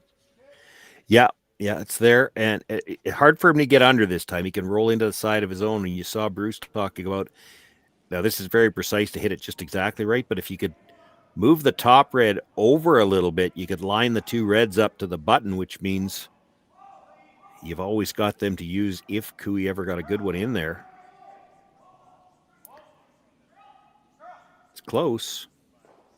Hit, and they get it over. Didn't change the lineup quite as much as they would have liked, and not that you got a direct path at it yet anyway, but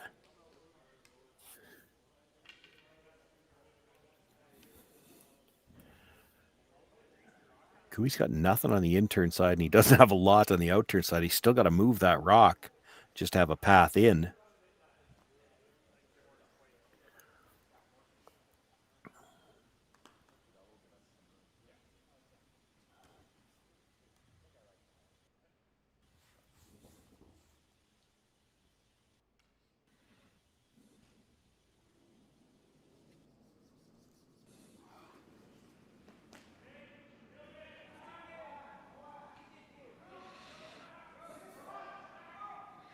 Trying to kill a couple here by the looks of it.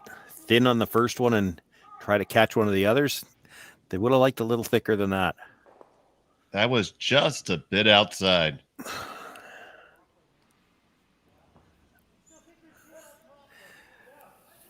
It still creates a problem for Bruce. I mean, you don't want to be throwing center guards with last rock. You peel the long one. Yeah, I don't like that call. You peel this, he's running the tight one in. And your end is gone.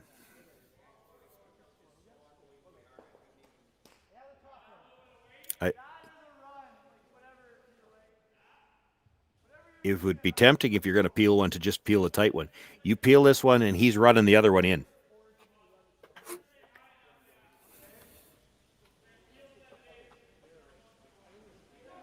So they're going to go down and take a look at it. Take a little talk about it. Yeah.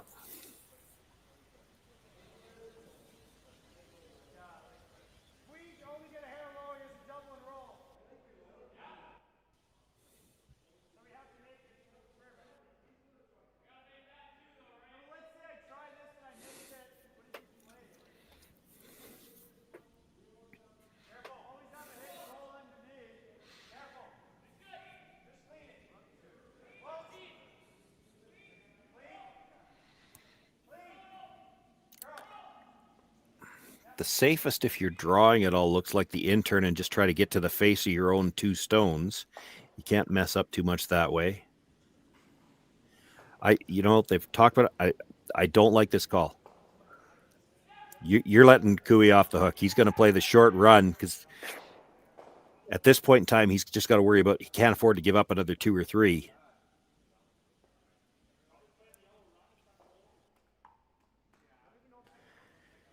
If you were going to peel a guard, I actually like peeling the tight one. The long guard by itself doesn't really help Kevin Cooey, and he still wouldn't have a lot.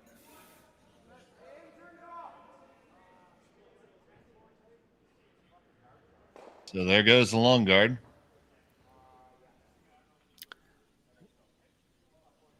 And I'll be shocked if he doesn't run this back somehow. Doesn't have to whip it either. Oh, he's going to play that same double. Boy. So I'll try to catch this just a touch thicker. Yeah. Which would mean to touch it at all. Well, straight, we got a piece. There you go. And does not gonna get it skitter out out the side. No. Well, if you peeled on the last one, you have to peel on this one.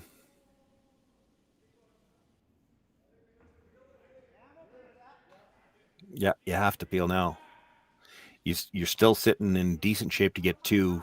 Cooey's got to he's going to get 1 chance at a really flat double. Which, it's Kevin Cooey. That is kind of in his wheelhouse, but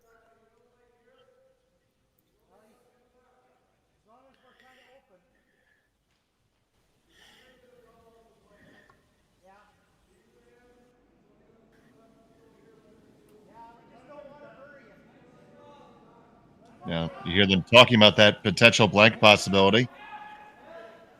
well, but you peeled the guard on your last one. You were content with the blank. If you weren't content with the blank, you shouldn't have played that.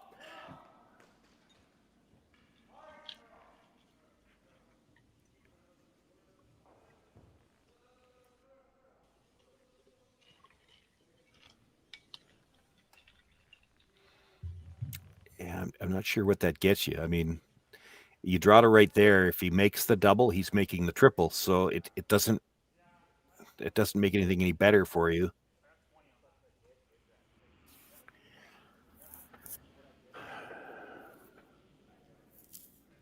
I mean, I guess they rule out the possibility that he even tries the come around because he doesn't have the come around on the other side right now. You could take away the come around and kind of force him to play it's the all or nothing on the double, which may well be a triple.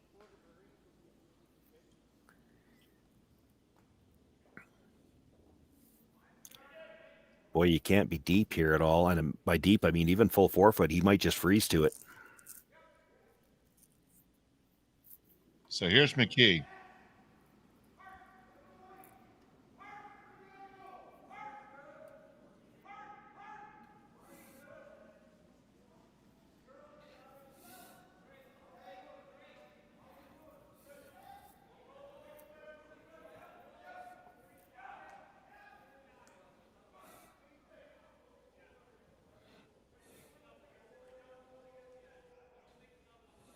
And this does get into the 4-foot. So, is that triple there? I think you're jamming the first one if you're getting this all the way across. Well, maybe not. It might be there. You might have to play it as the run because to be flat enough to make it right now, I think the guard's in the way. I need the hack shot. It's close. So just looking from the overhead. Well, half would be close. Yeah, he can maybe just see enough to go at it direct. I don't mind this call either. This is maybe more weight than I would have played at. I wouldn't be as worried about moving it. If you did freeze to it, you've eliminated those other two, and you're always going to have some kind of a run back at the worst.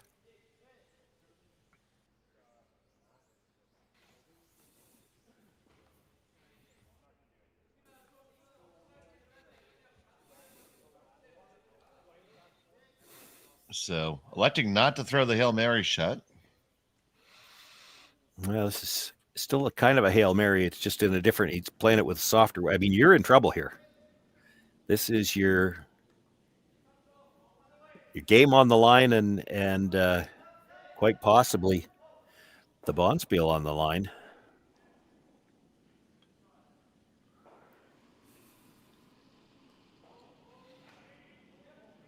If you don't make a good one here, you're probably not going to have a bailout shot left on your last one. The first from Cailey.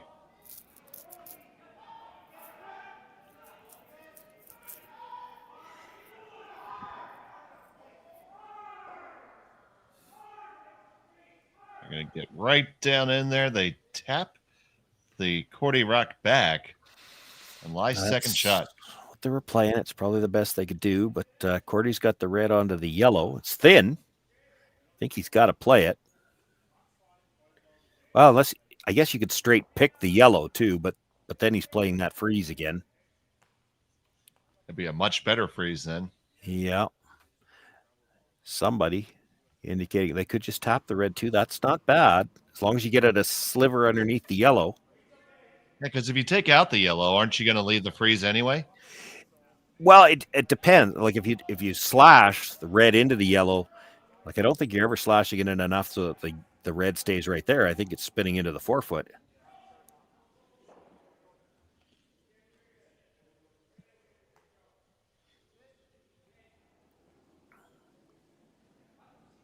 That's not a bad option either. They're looking at not trying to kill it necessarily, just get that yellow out of the way so it can't be tapped back and bring the other one back in.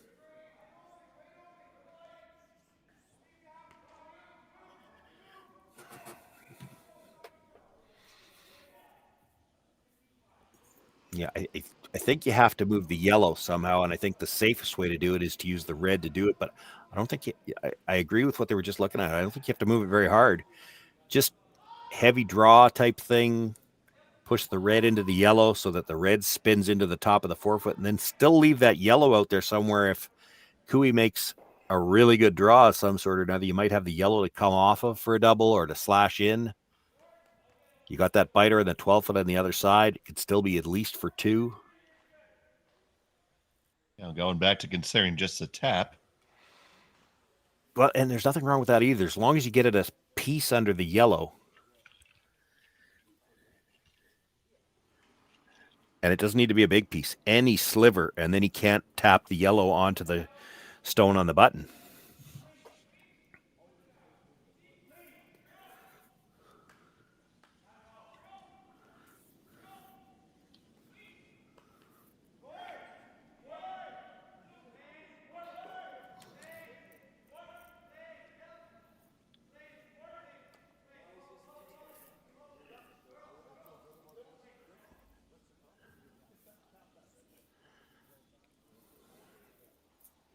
So just a little tap back here for Bruce Korte.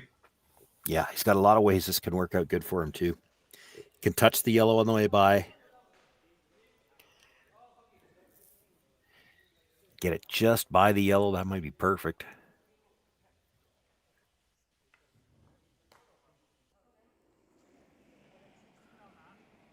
His first here in the sixth.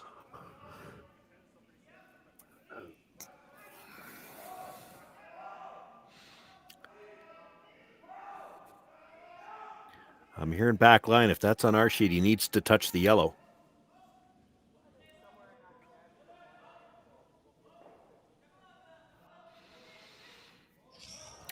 Just a little too much weight. Or too thick, one or the other. I mean, if you knew you had that much weight, you had to hit the first one thinner then so that it wouldn't have spun back as far.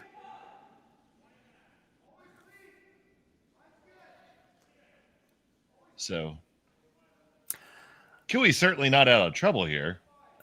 No, it's a question of how much risk do you want to take on. He's looking at the straight back on the guard, which isn't in the picture, but you run it straight back into the middle of those two reds. You could double the two of them, sit two. Shot rock would be buried. Now, it still probably leaves a double for 3. Depends where it spins. I mean, the two reds aren't perfectly even. If you bring it right back into the middle of those two, it's probably spinning a little bit to the right as we look at it, and that might leave the double very difficult.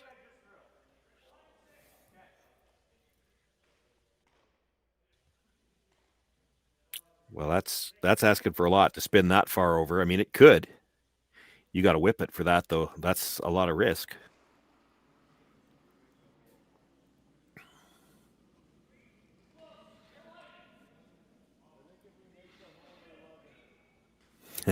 We need the hack shot. I can't remember exactly where the guard is.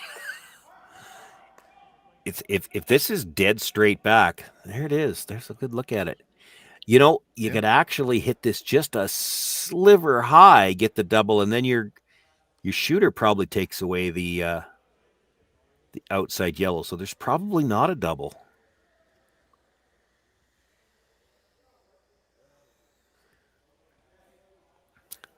This is the best result, certainly, because it's your chance to sit two. You could play the short slash on the yellow in the 8-foot, but you're losing your shooter. It's tough to get the double because they're so close together, and the angle you'd need is tough.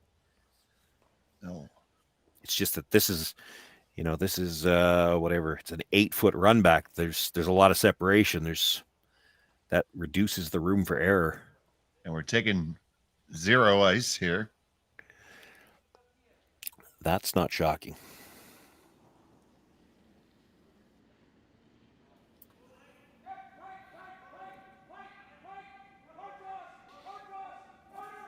This needs to move up just a little bit. It's close. On it, and you make the double. You lie 1. Yeah, but he can see his own red one at the top of the 8-foot. There's definitely a shot for 2 that way. I don't know if he can see enough of the inside. We'll see if off the replay here. The guard ended up in the same spot. I don't think he can see enough of the one in the 8-foot to play the double across. That'd be the safest double if you could see it, but I don't think you can. There's a good look at it. He can't. But red onto the yellow is definitely there for 2. It'll clear the back one.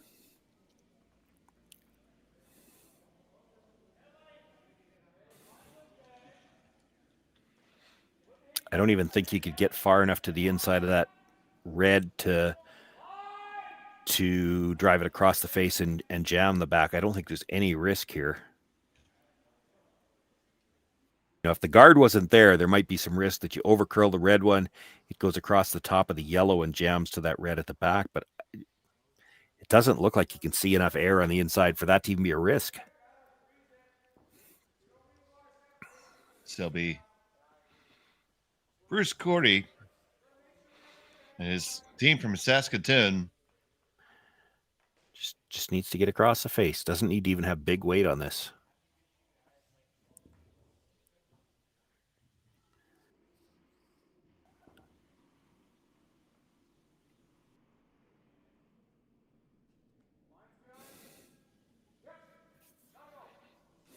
Final stone of end number 6.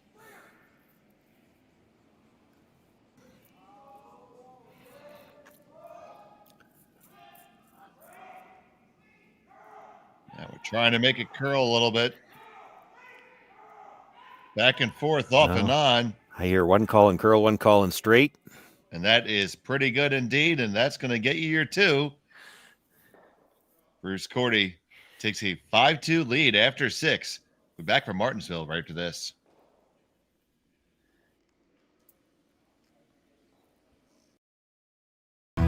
Stronger agronomics, better returns, greater peace of mind, From pre-seed to post-harvest, you can count on the Victory Canola program to keep you and your farm ahead of the curve. Grow with us at victorycanola.com. Welcome to the rockshop.net, the official store for the Grand Slam of curling. Whether you're looking for the best hats, stylish clothing, fun toys, or unique accessories, the Rock Shop has it all. Shop online anytime at therockshop.net for exclusive Grand Slam of curling gear, or come see us in person at your next event. Therockshop.net, where fans find their favorite curling gear.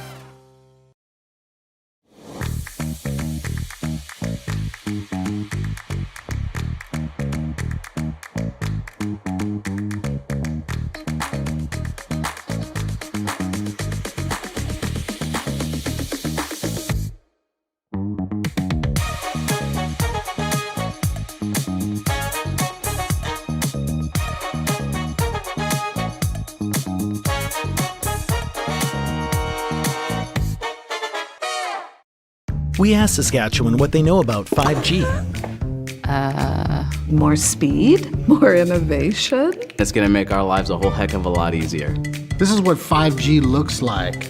Better, faster. Sounds like one more G. Sounds pretty good. I don't know what it means. All you really need to know is the future of 5G is here and will continue improving through investments in network technology. Okay. And we're back here. And number 7 of the Martensville Curling Stadium International Bonspiel. Dave Schmel and Shawn Joyce here with you. And big score, too, for Bruce Korte there in 6. Yeah, big playoff implications as well. Of course, as we keep talking about, I mean, all 3 games out there, it really matters. But for Cooey, again, not quite a must-win, but it's as close to a must-win as you're going to get. Things aren't working out well for him on one of the other sheets either. Corey Dropkin up 2 now, 6-4 over Lee after 5. Lee's got last rock, but for Cooey to lose this game and get into a tie-breaking scenario, he needs Dropkin to lose and Moybrook to lose. That's the only way he can get into it'd be a 5-way tie, and he would be the 4th seed out of the 5 ways, so he'd be playing for one of the 2 spots. Moybrook tied with Dustin Kaltoff after 5. Moybrook has last rock there. Corey Dropkin definitely in a must-win game. His draw to the button score, out of the 6 teams potentially ending up tied, he has the worst draw to the button score. So if he ends up in tiebreaker scenarios, there's no possible tiebreaker scenario where he would stay alive. So we have the stacked corners up. Yeah, good start for the Cooey team. The Korte team would have loved to have had their 2 lined up. It creates a bit of a problem for them now. You know, if you get those 2 lined up, you can just throw a 3rd one in line with them, and a guard would be fine. Make Cooey do some work. The problem now is you can't guard both of them. You kind of guard the middle of them while it's still a pocket. You could come right into the rings here.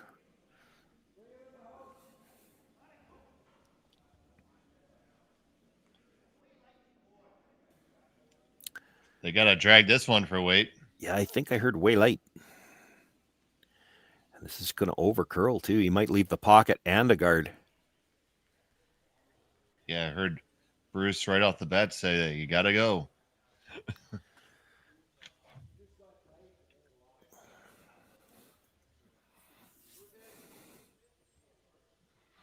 So now you mentioned that pocket.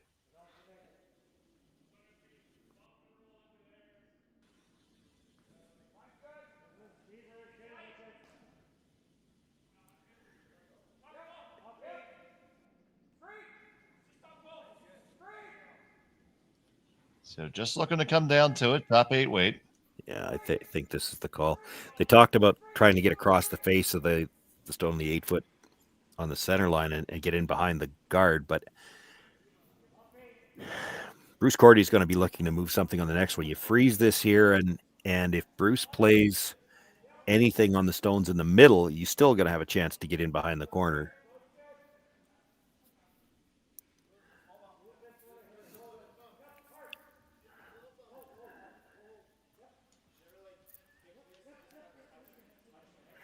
Yeah, you made that pretty good. I don't know what Bruce does now.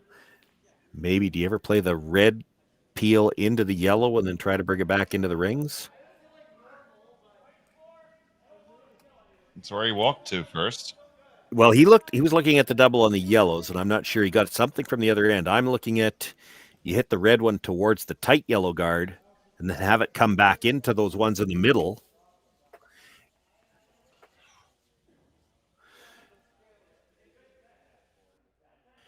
Bruce is content just to peel the one long guard.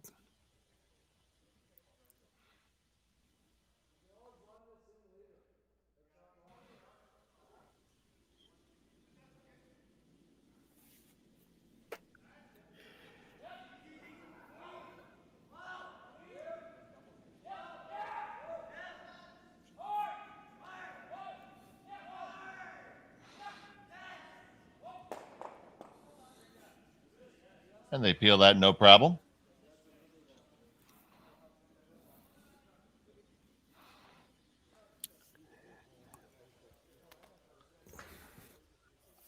So now we're going to have a meeting of the minds and try to figure out how to build an end here.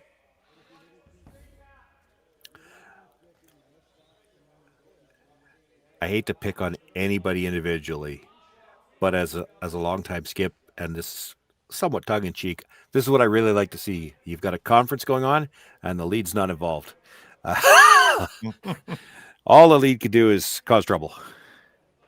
This is when I find out if my lead's watching or not.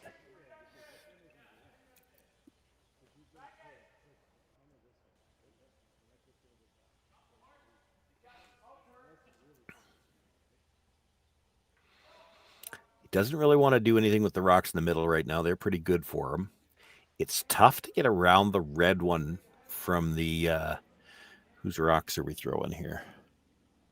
This is still Tyler. So it would be his out turn.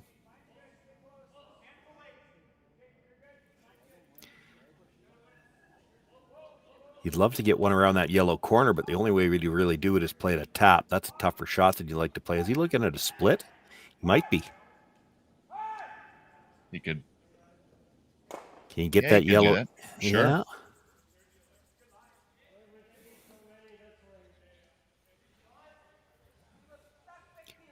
Even that, to make that kind of split, it's easier with, again, Tyler, the left-hander, it'd be easier with his out turn, use the gear effect to get in, but there's not a lot of room to do that with the guard where it is. I think if you're playing it.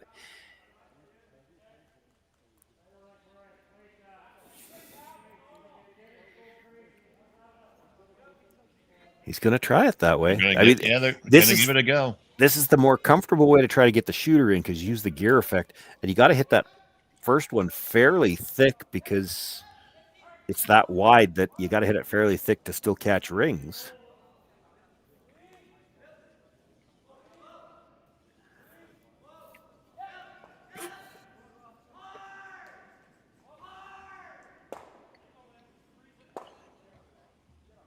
The second from Tardy. Trying to split these on.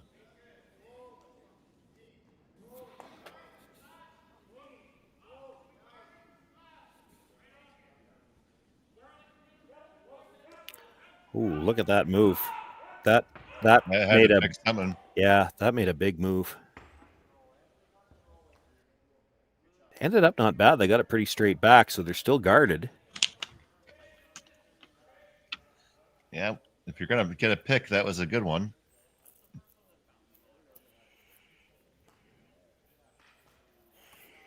You could run the guard back. You could still run the red towards either one of those two. Is there a hole between them on that angle?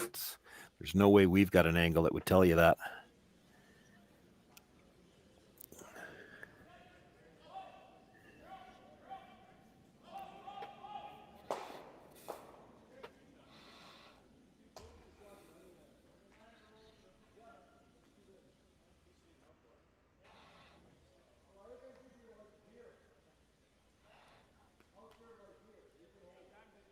So if you don't get the back one, they're thinking you could roll to the center line and cover everything. That's still a problem for the Cooey team.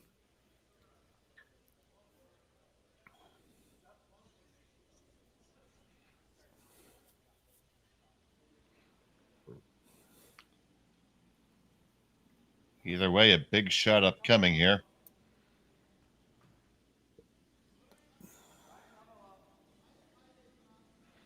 Team Cailey really needs to build something here in the 7th if they want to have any chance here.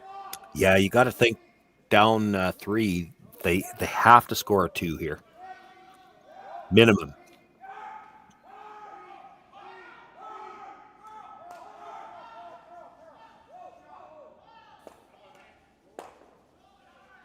Misses the back one.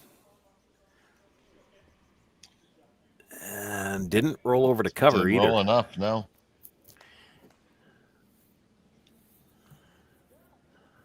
So now all of a sudden, Team Cailey is going to be able to lie 3 after this if they so desire. But what's the best shot first? That's the $1 million question. Like, how do you not leave at least a double? Do you ever come dead onto the nose of the yellow that's there in the 8-foot? That's right there in the center line. Well, you play that, you're definitely leaving at least a double. If you're doing it with any weight, you don't have to do it with weight. I was saying, yeah, just kind of just draw to it, basically. Yeah, we're getting late enough in the end. I think you might have to move one of those reds, but you don't have to necessarily move it all the way out, though, either. I'd like...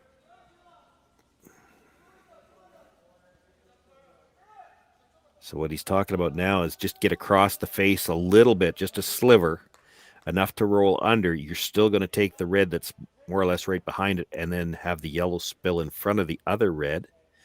Great shot if you can make it. Tough, delicate.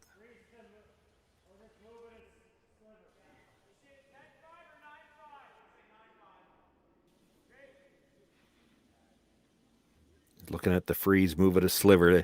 What's going to happen then is Bruce is going to come off that yellow on the outside, and it looks like he might be able to move one of the reds.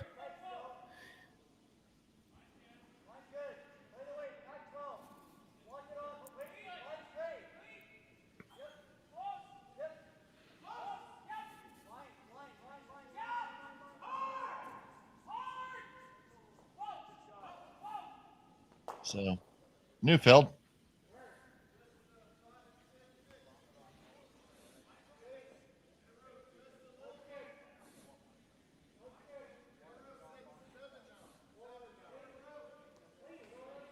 Just the heavy clean.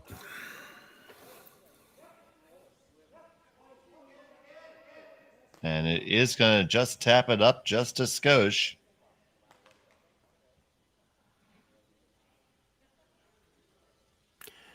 But I think you're coming off the yellow into the side of the red and push the third red over.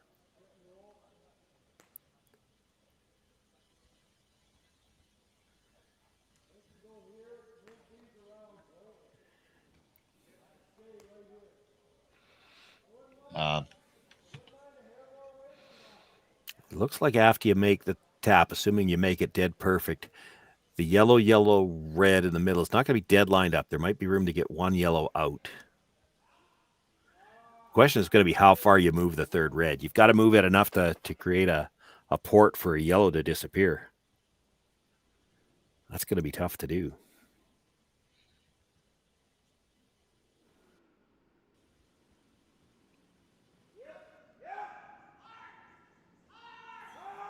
They picked this one up right out of his hand.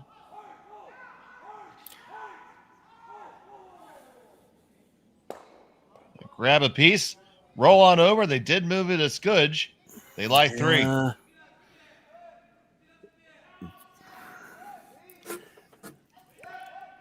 Yeah, I'm not sure that was enough.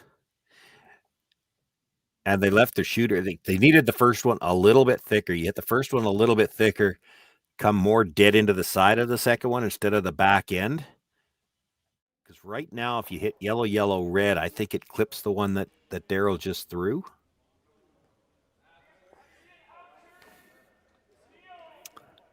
I think. It's hard to be sure.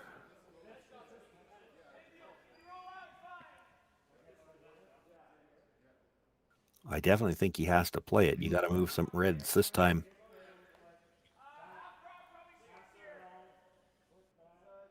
I think those two go. They do if you throw big weight. If only there was a guy in the sheet that could do that. Well, but the problem with that is how many of the yellows go on the next shot. So you don't necessarily have to really whip it. You got to move the two of them, though.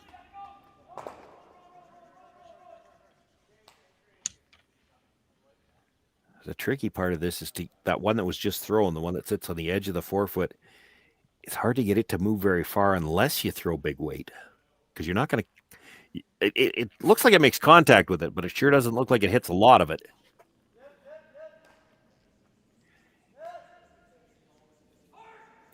You need to at least poke that one out into the open.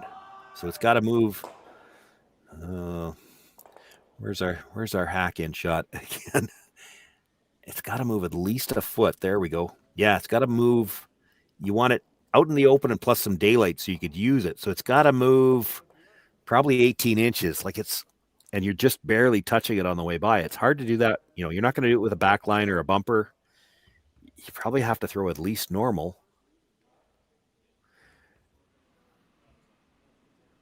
And then you're losing the red that's at the top of the forefoot, and it becomes an issue of how did the yellows line up after that? Because you hit that first yellow close to the nose, there's a chance you're just going to line up a triple that's hard to miss.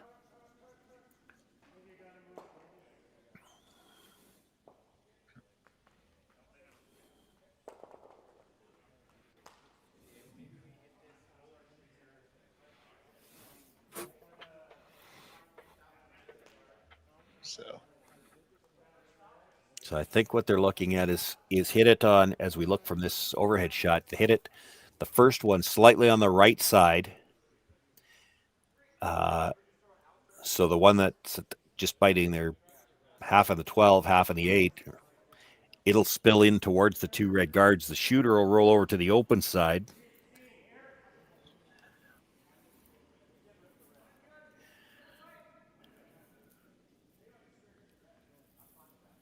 Need to get a little separation on these rocks just so you don't leave a triple back. I don't think there's any way you can not leave a double. Well, unless you roll out. That doesn't help you a lot.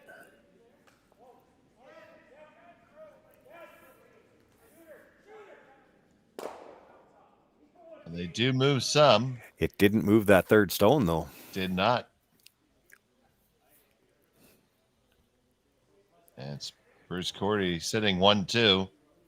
And can definitely do some damage here. Yeah, the problem he's got is that yellow that stayed corner frozen. Like, it's not going anywhere. If he makes any contact with it, it's coming towards the other red. Like, right. They can try to break those two up. He's talking about coming off the outside one and touching it. I don't think you want to do it with any weight because it's going to spin over towards the guards.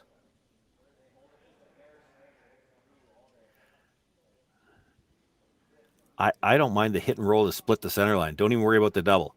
Just hit and roll, end up corner frozen to the yellow on the other side. The only way Cooey does anything with it, the red you're about to throw is not going anywhere. Roll to right there. That's the shot.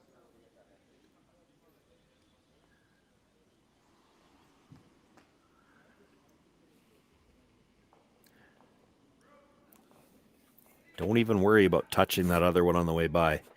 You give them one all day. You give them two if you had to. You do not want to give them three here. And if you make a shot for him right now, he's going to have a shot for three.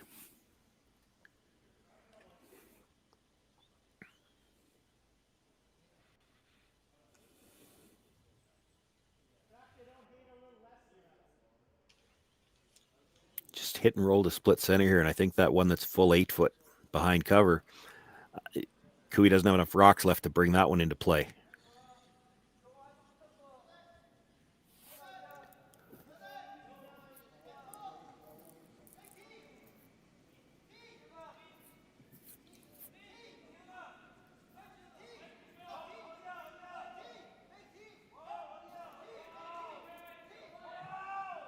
So the first from Korte.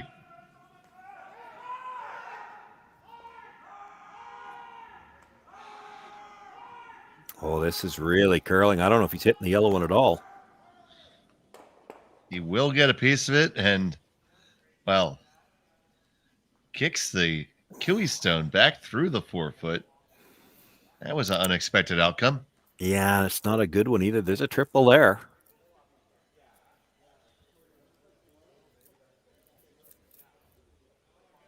Now, the saving grace, I guess, for Korte is if Kiwi makes the triple, his shooter's going to be fully exposed.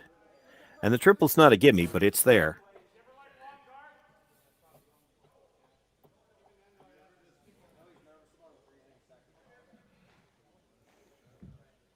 See, that's what happens when you get a lead involved. Garrick's talking about hit and roll underneath, but hit and roll underneath like that, you're never getting more than 2.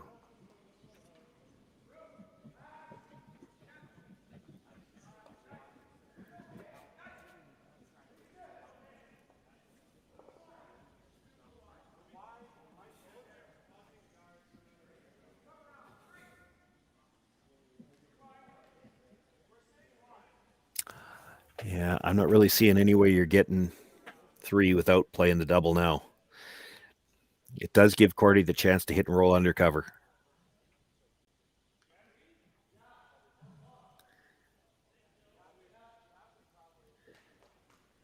You hit and roll off the outside one, he can guard. You're never scoring more than 2. You hit those without hitting them with enough weight to kill both of them. And that's the thing. You can't really make the double without making the triple.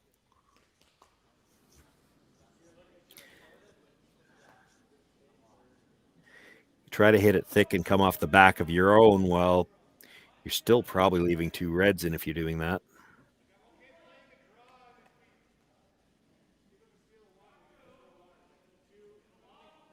Unless they think the triple's not there, and maybe it's not. Like, maybe you can't get underneath the yellow. There's not a lot. It's not a big gap there. There might not be room to get underneath the yellow to get to the third one.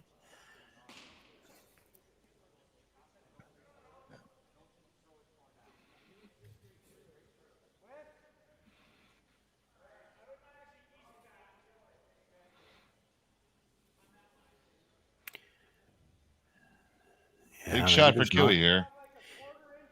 Try to get underneath his own yellow, even if he has to hit the back end of it, enough to leave a crosshouse double for the last one, and wait to see what Korte does, I guess. Quiet wait on this one, trying to carve it over. You get the one, move the second one, and lose your shooter in the process. Well, the 2 yellows are buried, and there's still a crosshouse double on the reds. The red at the top of the 8-foot's 5th shot. It doesn't matter.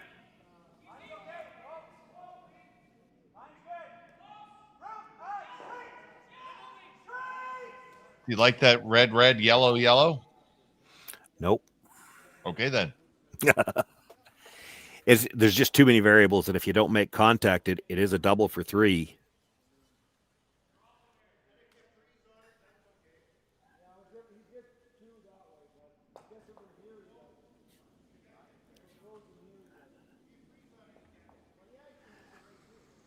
Right now, I'd give him 2 just so you don't give him 3.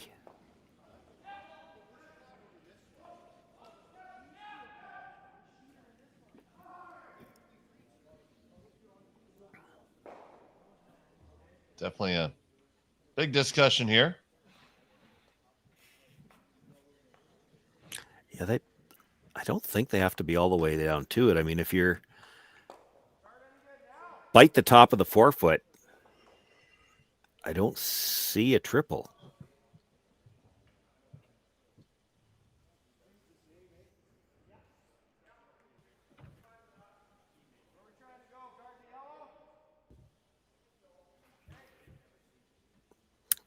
Yeah, I still don't see a triple. If you bite the top of the 4-foot, I don't see how he scores more than 1.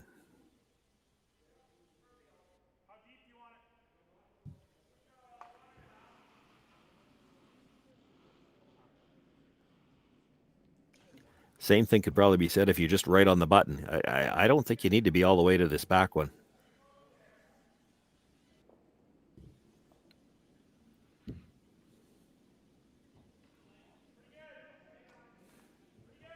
So Bruce Korte, his final was 7th.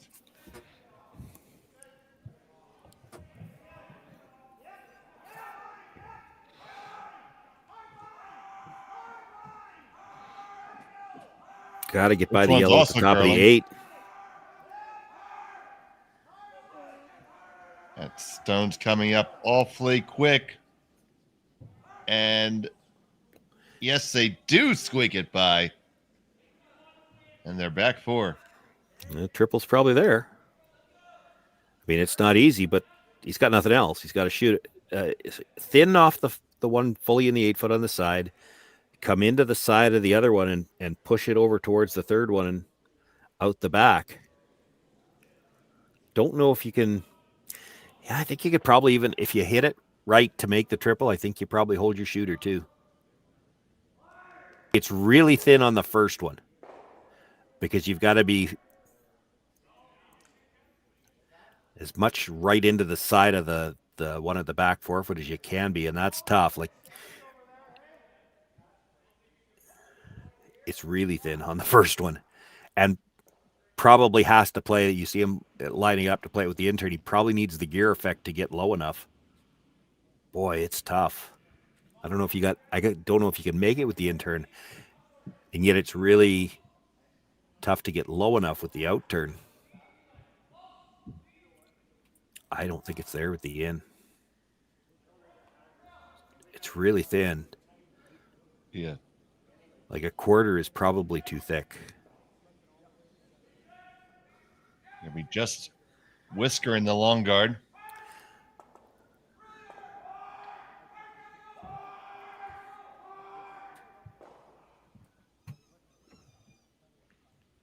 Kevin Cailey needs this to stay in the game.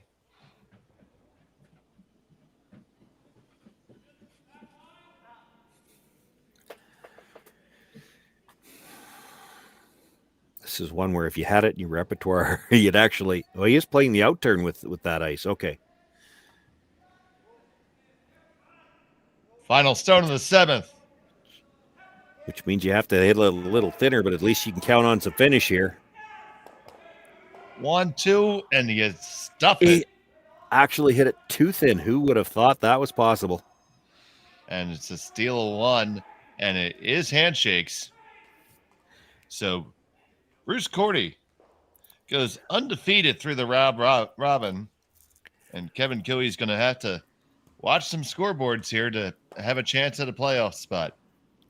Yeah, and we'll see whether or not we're going to have tiebreakers in a little while or not. There's you can tune over to the other YouTube channel stations to see the other 2 games, 8th end action, and I think in both of them now.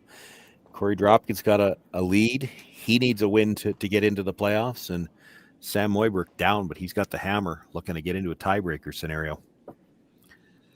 Lots yet to be determined. Oh, absolutely, and it was a great game. And so let's flip on over those stations right now for Shawn, Joyce, Matt, Kai, and Jerry. I'm Dave Schmel. Thanks for watching Curling Stadium.